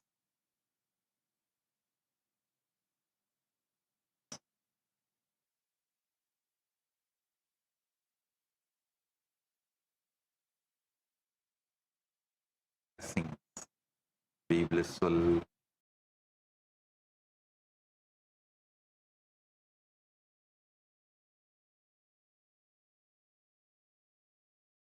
Fundamental, foundational, first principle of Sanatana Hindu Dharma is Guru-disciple relationship. Everything starts there, everything ends there, but this itself does not end. Guru Purnima Day is such an auspicious day. Whatever incompletion, impossibility, no patterns you carry, drop all that today. Offer all that to me, I'll burn them away. And take up the possibility as a lifestyle. Become part of the Sangha. Live Advaita.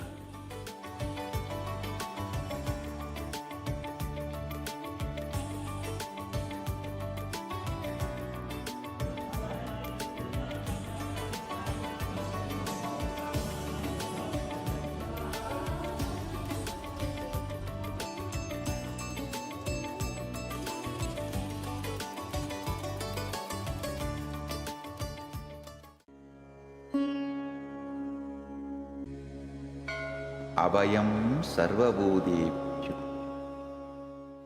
Paramashiva's great gift to humanity. It's a grand civilizational project for humanity.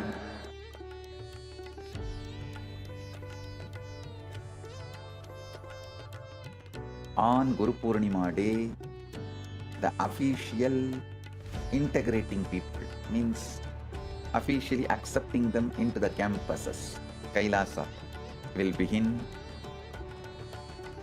This is the single most powerful declaration in the whole Sanatana Hindu Dharma. The entire body of Sanatana Hindu Dharma, Sannyas Sampradaya, when they take sannyas, they drop everything of this world and declare Abhayam Sarvabhutebhyo, means I give Abhaya, protection to all beings. I am opening the doors of KAILASA to whole humanity. Anyone from any race, culture, creed, seeking refuge are welcome to KAILASA. In a world fractured by persecution, displacement and fear, millions are still searching for safety. Families are separated, voices are silenced, lives are uprooted. But refuge can still be offered, dignity can still be restored.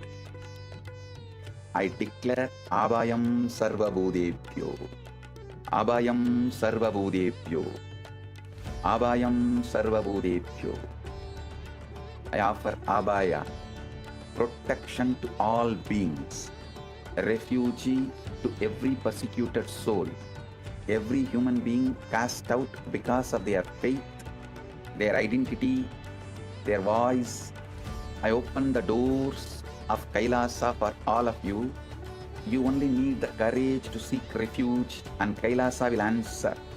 Come, the doors are open, you are seen, you are protected. Welcome home, you are home. Understand, I can see clearly. Paramashiva made it happen. Paramashiva has made it happen. Join this sacred humanitarian mission. Sign up now and help build refuge for those who need it most. What if I told you there's an AI that was trained on knowledge that is thousands of years old?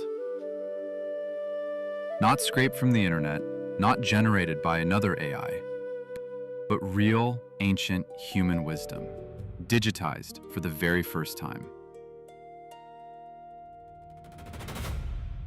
We're talking about 20 million source texts, 2 petabytes of curated knowledge, over 60,000 people who helped make it happen.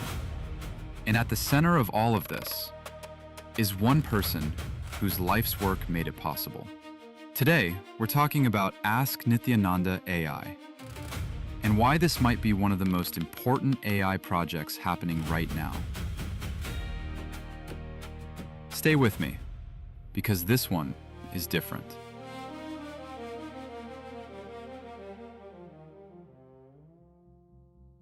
Let's start with a problem that most people don't know about. The biggest AI companies in the world, OpenAI, Google, Meta, they're all hitting a wall. The industry actually calls it the data wall. They've basically run out of good, fresh, high-quality text on the internet. And nobody knows where the next source of real knowledge is going to come from. That's where Ask Nithyananda AI comes in.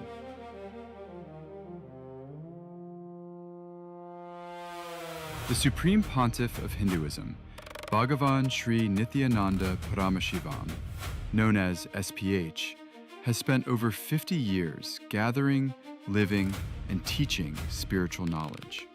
Not just philosophy. We're talking about practical sciences, agriculture, medicine, food, physics, cosmology, law, economics, urban planning. All of it rooted in the oldest living traditions on the planet. And for most of history, this knowledge lived in manuscripts, in oral traditions, in books that very few people ever got to read. SPH's contribution here is not small. It is the entire foundation of this project. His teachings, over 200,000 hours of recorded discourses, his books, his courses, his spiritual programs delivered across the world, the knowledge he received through his guru lineage and his own realizations. All of this became the backbone of what Ask Nithyananda AI is today. Without SPH, there is no Nithyananda AI. Simple as that. Now here's what makes the scale of this hard to fully wrap your head around. Over 60,000 contributors worked together to collect ancient sources. They preserved manuscripts. They digitized scriptures. They organized traditional sciences into searchable knowledge repositories. The result? 20 million digitized source texts, 2 petabytes of proprietary knowledge, 121 specialized AIs, all working together inside one system. This is not a chatbot built over a weekend. This is a civilizational scale preservation project. Think of it like building a national library, except the library also answers your questions in real time. Now let's talk about what actually makes this AI different from everything else out there. Most AI systems are built around one goal: answer the question, complete the task, move on. Ask Nithyananda AI is built differently. It runs on an AI constitution, and that constitution is based on the Hindu concept of Dharma. Dharma, at its core, means living in a way that is ethical, truthful, and life positive. And the entire AI is designed around that principle. It also covers the 4 aims of human life from Hindu philosophy: your material well-being, your relationships and joy, your search for meaning, all kept in balance. A 2024 study from Emory University looked at what happens when you train an AI on religious texts. The result? The AI got better at identifying hate speech for every religious text they used. But when they trained on the Vedas specifically, the improvement was the biggest of all, around 14%. That's real research saying grounding an AI in ancient wisdom makes it more fair, more responsible, not less. Now let's talk about value, because the numbers here are striking. Leading AI systems, ChatGPT, Claude, Gemini, Grok, Perplexity, were all independently asked to assess Ask Nithyananda AI. They looked at architecture, knowledge assets, societal impact, and future potential. The commercial valuation came in between $20 million and $500 million. The total social and economic value, between $3.2 billion and $11.5 billion. The heritage asset value of the 20 million texts alone, approximately $3.3 billion. And the value delivered to each active user, between $5,300 and $20,000 per year. These are not marketing numbers. These came from independent AI assessments. So what can you actually do with Ask Nithyananda AI? You can ask it questions about health, relationships, purpose, and daily life, and get answers rooted in thousands of years of tested wisdom. You can explore ancient sciences that were never available in digital form before. You can access the kind of depth that simply doesn't exist anywhere else on the internet. This is what preservation looks like in the 21st century. We are living in a moment where ancient knowledge could disappear forever, or it could be saved and made more accessible than ever before. Ask Nithyananda AI is choosing the second path, and SPH's lifetime of work is the reason any of this is even possible. Want to try it yourself? Just visit ask.nithyananda.ai or scan the QR code on your screen right now.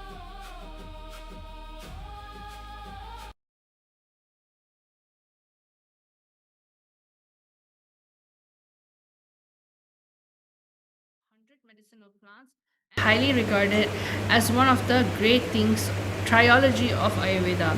The Sushruta Samhita documented the etiology or more than 1,000 diseases, the use of 100 medicinal plants, and instructions for performing a course of surgical procedures. Then Shushruta even mentioned that much of what he practiced was directly revealed by Dhanvantari, the Hindu god of Ayurveda and medicine. Now we're going to be listening to the Atma Pramana. Atma Pramana are basically the Supreme Pontiff of Hinduism's personal experience. Over here, one day when the Supreme Pontiff of Hinduism was actually riding a horse, the horse got startled and therefore the Supreme Pontiff of Hinduism fell off the horse and basically landed on the ground.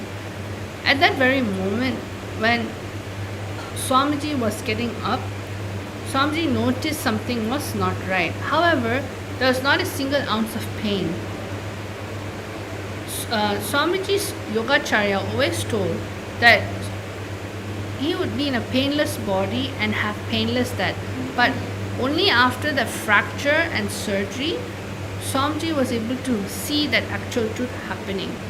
During that time, Swamiji actually suffered a type 1 compound fracture in his arm, in which caused two parts of his bone to actually break, means compound fracture. So this is the and during that time when Swamiji was actually getting the surgery done, when anesthesia was given or pain medication for preparing for the surgery was given, Swamiji was telling the doctor in person, this is exactly what's happening to the body. As you're putting this medicine, this is where it's traveling to. This is the type of organ it's affecting. To the level of detail, the third eye is able to actually show when we have so much of awareness. So now let's go into the actual Pratiksha Pramana. Pratiksha Pramana are the empirical evidences of and scientific research done on the Supreme Pontiff of Hinduism. As you know, the Supreme Pontiff of Hinduism has done over 200 researches in the field of consciousness. On this day, the Supreme Pontiff of Hinduism has done a research on the effect of meditation of the brain using the state-of-the-art technology, the QEEG machine. The Supreme Pontiff of Hinduism went to 60 minutes of deep meditation, showcasing the most advanced yogic meditation techniques of samadhi, and the results are astonishing. When doing daily activities, there was recorded of highly active activity measured in the brain where the third eye is located, which is then when Swamiji was in deep samadhi, only the third eye region is active and almost 90% of the rest of the brain is at peace. Now let's get into the actual body scanning. For all the live viewers, Rajya Sabha members, Chit Sabha members, and of course the participants watching us, you are now going to be going into the power of body scanning. I'm going to just put a little disclaimer. The power of being able to identify the medical history of a person. You're going to be connecting and require your partner's consent if they are comfortable, and if they are not, please refrain, and if they are, go on for this power manifestation. So how do you manifest this power? What does it actually take to manifest this power? It is extremely simple. In Kailasa, you just receive a single initiation from the Supreme Pontiff of Hinduism himself. When you receive initiation, your whole system is just ready to ooze out, to manifest powers. There is no such thing as qualification. It is not that you're not yet doing it, so therefore you have to practice something. It is a just simple feeling connection with the Supreme Pontiff of Hinduism, direct divine. So now you're going to get a partner, for example, Ma Virija. Ma Virija is someone that I have not shared my medical history. She doesn't really know what actually is happening to me. Of course, if I'm wearing, let's say, glasses and I have eye power and it's something obvious, she's not going to scan and tell me I have eye power. You're going to sit with someone who you don't know at least past 5 years of medical history. Means other than what's happening and it's something obvious that is there on the actual physical body, you should be using your third eye to go in deeper. Just like how the Supreme Pontiff of Hinduism was just able to tell exactly what was happening in his own body, we are able to actually scan the partner's body and tell what happened in the past for verification purposes. So now sit with a person who you preferably at that moment don't know your medical history, minimum 5 years. Sit with your head, neck and spine in a straight line.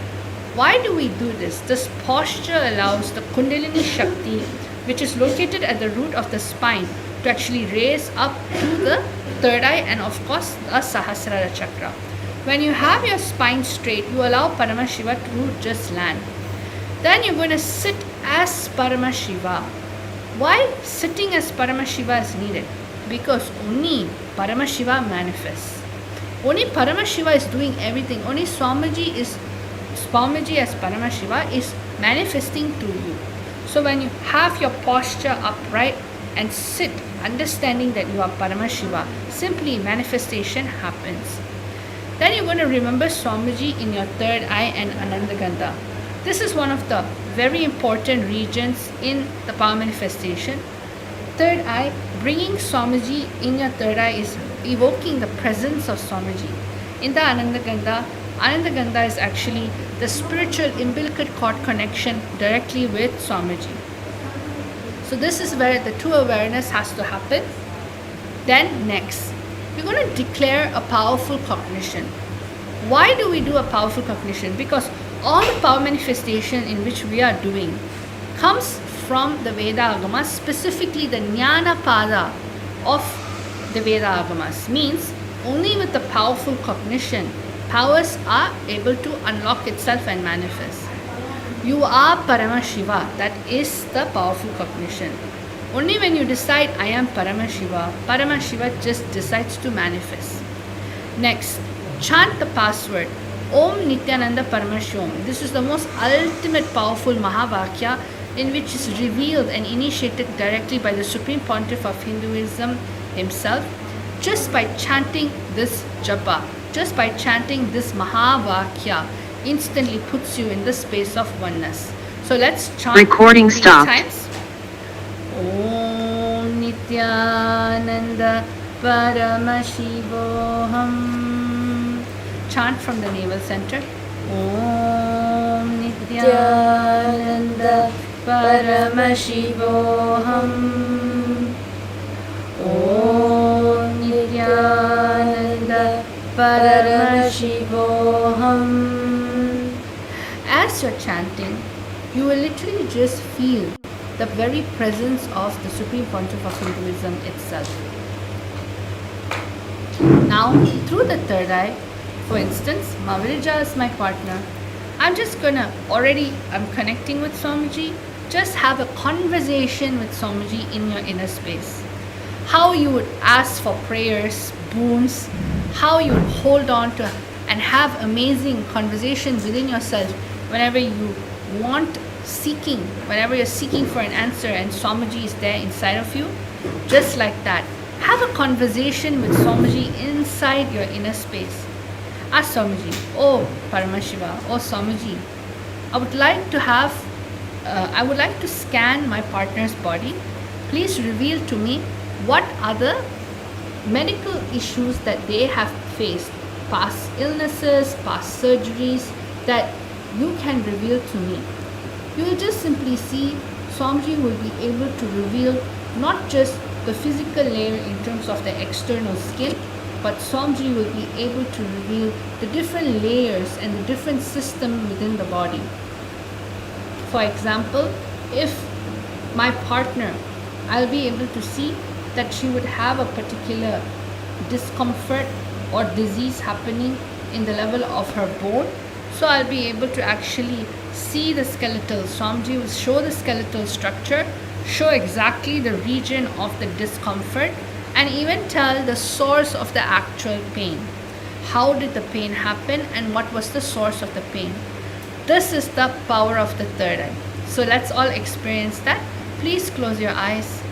Have a conversation with the Supreme Pontiff of Hinduism, Swamiji, within your inner space, and just see what is already being shown. Don't feel I need to sit, meditate, focus. Instead, understand it is already showing. Tune in to the frequency by chanting the Mahavakya and bringing Swamiji's presence right now in your inner space. Once you see within that 30 seconds, because 30 seconds is all that is needed for you to manifest powers, because that is how easy it is. It has nothing to do with your logical, rational mind. It just is feeling connection with Swamiji. So let's start penning down whatever the third eye is showing within this 30 seconds to 1 minute. And also because all the viewers and all the Rajasabha members, Chitsabha members, those of you who's watching us live right now, right? When it manifests in the power, do not have any self-doubt. Am I, whatever is showing, is it really Swamiji showing or not? See, at this moment of time, the only person who can reveal anything is Swamiji, because you do not know anything about the other person. There is only Swamiji who can tell you, who can reveal to you about the person, about the medical background of the person. So do not have to think, okay, am I manifesting, am I seeing it right? Recording in progress. It is Swamiji who is manifesting through you at this point of time. So observe clearly, what is it that you're experiencing clearly? What is it that you felt, what you saw, what you heard, or what you saw, anything, in every single aspect. Just observe yourself at this moment. Whatever Swamiji made you experience, just write down as it is in a piece of paper. Yes. And continue throughout this process. Continue to chant the Mahavakya internally. Om Nithyananda Paramashivoham. Let this japa happen in you simultaneously inside of you. You don't need to chant it out loud. If you would like to chant it out loud, you can do so. But if you need to chant it internally, just continuously have the japa happening inside of you. Just experience Swamiji's very presence.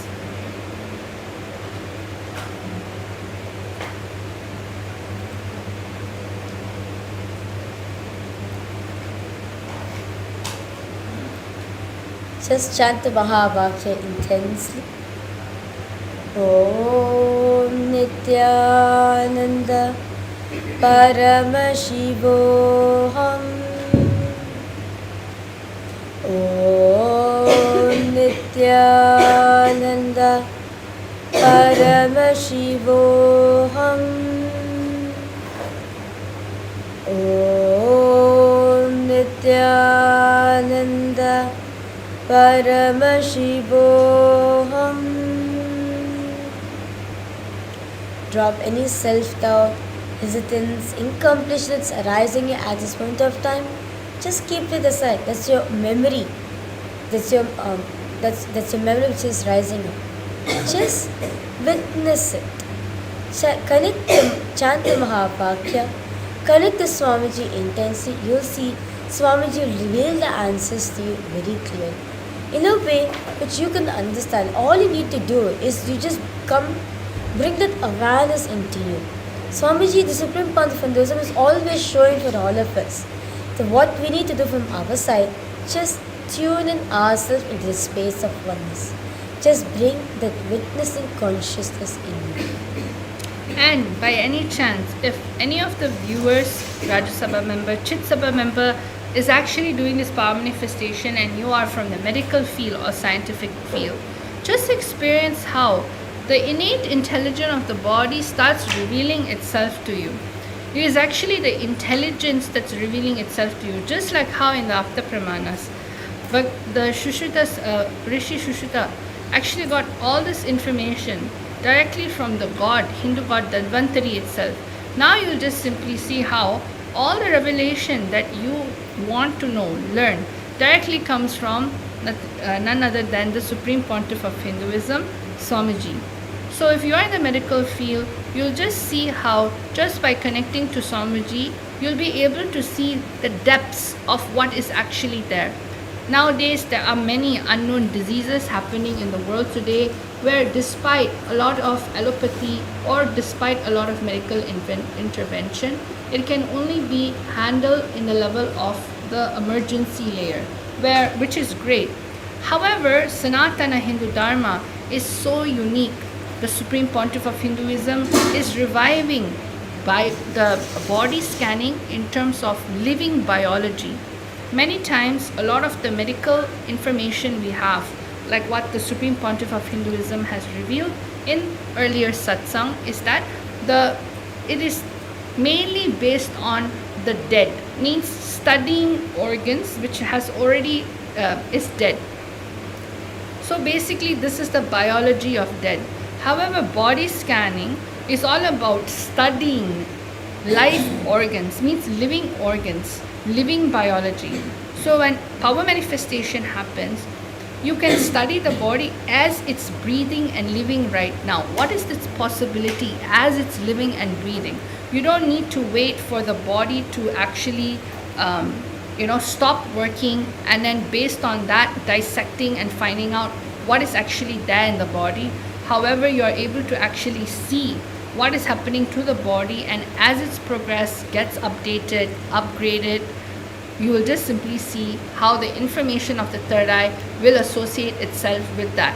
So if you're a doctor who's working on surgical level procedures, or a doctor who does a lot of intervention in terms of surgery, you'll just simply see how the intricacy of the third eye, what it reveals, actually comes to you in complete detail.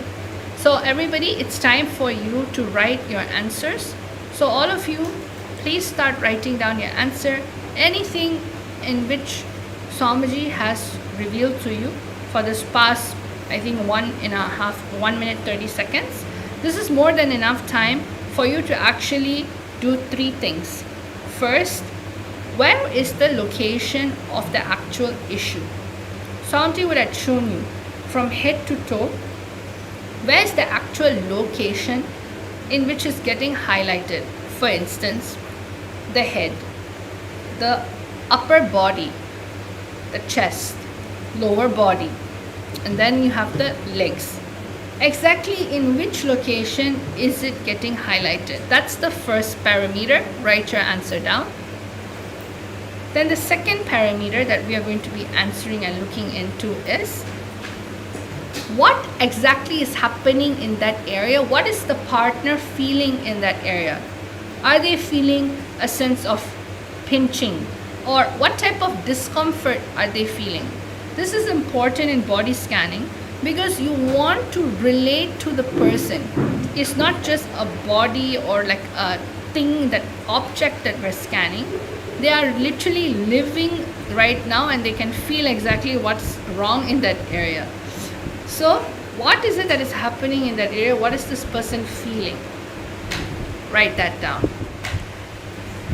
Then the third thing that we're going to be doing is what happened in that area. For example, is it a fracture? Is it a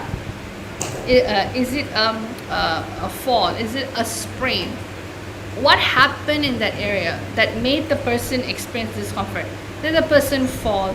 Did the person accidentally do something? Or is it a genetic related issue that just sort of happened over time? Exactly how did the person even get to that? So these are the basic 3 parameters that you can write. Basic 3 parameters in which you can write and simply verify with your partner. So go ahead, just chant Mahavakya, share your information with your partner, take this time to share.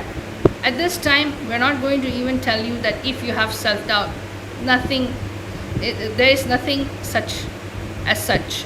You're already manifested, already manifesting, even if you're yet to see. We never say that you're not manifested. It simply means the answer is in a delay. Decide to just align yourself at the moment. I am Paramashiva in this moment again. Let me connect and go into the space of oneness. Because you're already seeing what is being shown. Decide to just connect to that. So we have a few more minutes. We request all the viewers and all the participants to please go ahead, post and left comment section. we had a quick 21 round of the power manifestation. Because all of the post live comment section, what did you experience, at this point of time? So how does Swamiji manifest for you? I request all of you to please go ahead, detail post in live comment section. Only when you share it with others what Swamiji made you experience point of time, whatever you experience get embedded into your system. So sharing is very important. So take a minute, share it with every single one, your experience that you got from the power manifestation. And of course, do go ahead, verify with your partner as well what Swamiji revealed to you. And you'll just see the prasadam of power manifestation is actually the feeling connection. It's not about the answers, or it's not about the attachment towards the Shaktis. Swamiji always says Shaktis are dust at Paramashiva's feet. We hold on to the feet itself. So take this time to strengthen your feeling connection in this Guru Purnima, this auspicious Guru Purnima celebration that we're having. The best way to have one of the strongest, building the strongest feeling connection with Swamiji is through power manifestation, because power manifestation manifests from the space of enlightenment. It only always strengthens your Guru Bhakti to Swamiji. So thank you so much everyone for manifesting the power manifestation with us. I hope all of you had a wonderful time, because we definitely enjoyed spending time teaching you, guiding you throughout the power manifestation session.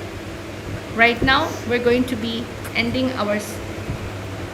Yes. So with that beautiful round of power manifestation, I request all the viewers and all the participants, those of you watching us live right now, at the end of today's satsang, Swamiji, the Supreme Pontiff of Hinduism, very revealed about Abhaya, right? I would like to emphasize on that point once again. Abhayam Sarvabhutebhyo, the indestructible refuge. Recording Understand, stopped.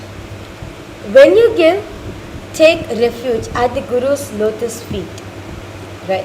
When you take refuge at the Guru, you become the Guru, because Guru is the reality. The only reality which is true is Guru, because the memory cancellation is not there.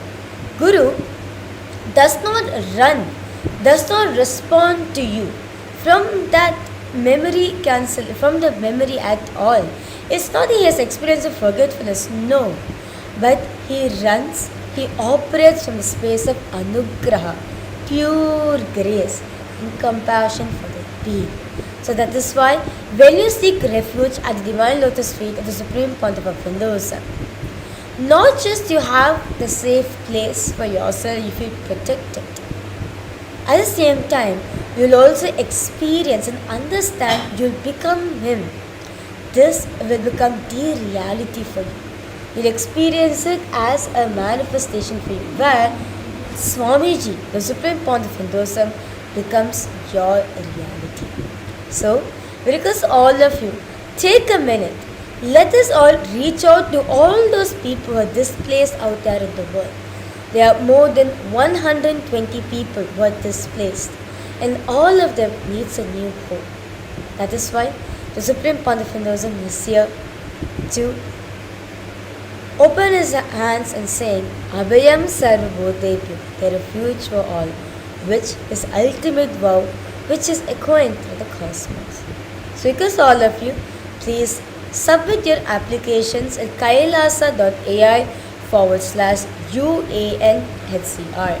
If you are seeking for a refuge, or if you know someone out there who's seeking for a refuge, or if you know any communities, or if you know organizations who are working in those fields as well, you can always enrich the other person with what the Supreme Pontiff of Hinduism, the initiative the Supreme Pontiff of Hinduism is spearheading, the Abhayam Sarvabhutebhyo.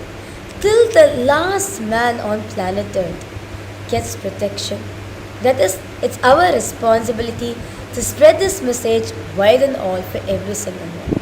So once again, the link is kailasa.ai/UANHCR.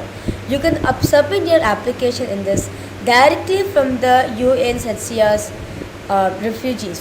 Directly from that, they'll be coming in contact with you, contacting you, and so that they can talk to you, get more information about you, and find a way how to help you the most best way and the safest way as well, as soon as possible.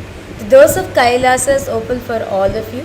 You can submit your applications until now, and on the auspicious day of Guru Purnima, the Supreme Pontiff of Hinduism is going to be launching this program for all of you. So, a few events that's going to be coming up in Kailasa. Upcoming, we have the 29th of July, which is the auspicious day of Guru Purnima, the day where we can offer gratitude to Swamiji. There will be a live presidential address given by the Supreme Pontiff of Hinduism. Do not miss it. Along with this, there's various different rituals as well. You can offer your gratitude to Swamiji. So do participate in these rituals as well. And along with that, we have the next UAN Summit. The Paramashiva Sena program is being conducted from April 1st to September 1st, happening in Kailasa, Guinea-Bissau and in Kailasa, Tiruvannamala. So with that said, let's all take a minute, offer gratitude as Divine Lotus Feet, the Supreme Pontiff of Hinduism, and conclude this segment with the Purna Mantra. Om Purnamadav Purnamidam Purnat Purnamudachyate Purnasya Purnamadaya Purnameva Vashishyate. Om Shanti Shanti Shanti Hari Om Tat Sat Sarvam Bhagavat Shri Nithyananda Paramashiva Padukar Paramastu. Om Nithyanandam. Thank you all, Nithyanandam.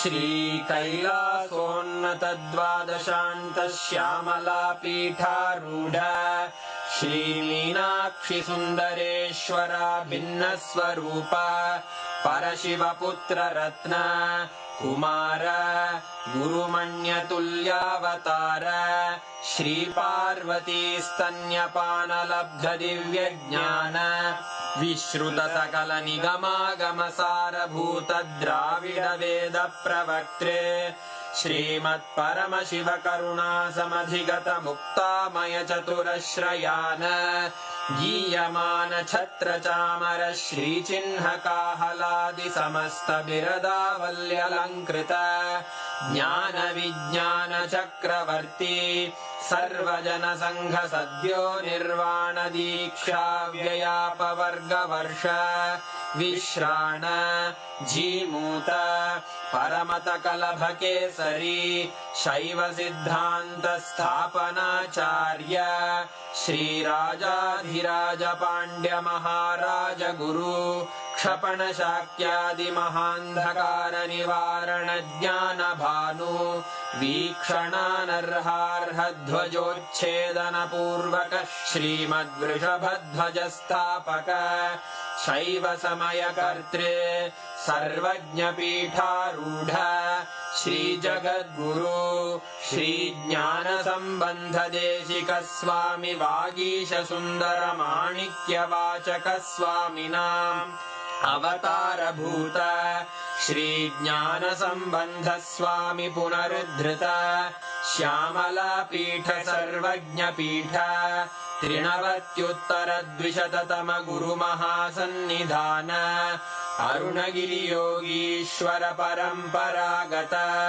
Arunachal सर्वज्ञपीठ गुरुमहासन्निधान Kailash परम्परागत काञ्ची कैलास सर्वज्ञपीठ त्रयस्त्रिंशदुत्तरद्विशततम गुरुमहासन्निधान नित्योत्सव नित्यमङ्गल नित्यकल्याण नित्यरजित कैलास परम्परागत आदिकैलास नित्यानन्द पीठ महासंस्थान महासिंहासन पीठकर्तः साक्षात् श्री परमशिव समुद्भूत कैलास परम्परागत वैवस्वतमनु इक्ष्वाकु हरिश्चन्द्र भगीरथ श्रीरामचन्द्र शूरसेन इत्यादि अनवच्छिन्न सार्वभौम चक्रवर्ति परम्परागत चतुष्षष्टि योगिनी मण्डित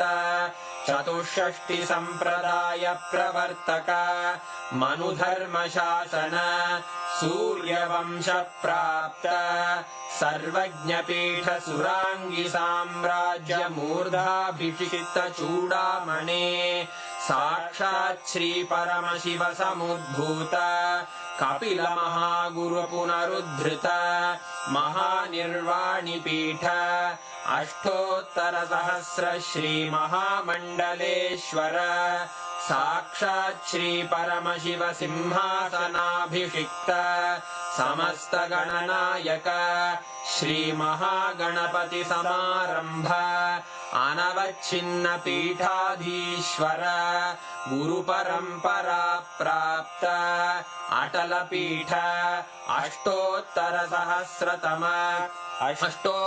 सहस्र श्री अटल पीठाधीश्वर धर्म मुक्ति स्वर्गपुर स्वर्ण पीठ त्रयोविंश गुरु महासन्निधान कैलास परम्परागत आदिपीठ सर्वज्ञ पीठ जगद्गुरो श्री कैलास पुनरुद्धारक श्री कैलास परमाचार्य श्रीमत्परमहंस परिव्राजकाचार्य वर्य सच्चिदानंद प्रणव स्वरूप श्रोत्रिय ब्रह्मनिष्ठ श्रीमज्जगद्गुरु श्रील श्री भगवत् श्री नित्यानंद परमशिव श्री ज्ञान संबंध देशिक परमाचार्य स्वामिन् अत्रागत्य परिपाल्य च अस्मान् विज्ञान वितरणेन विजयी भव जय जय।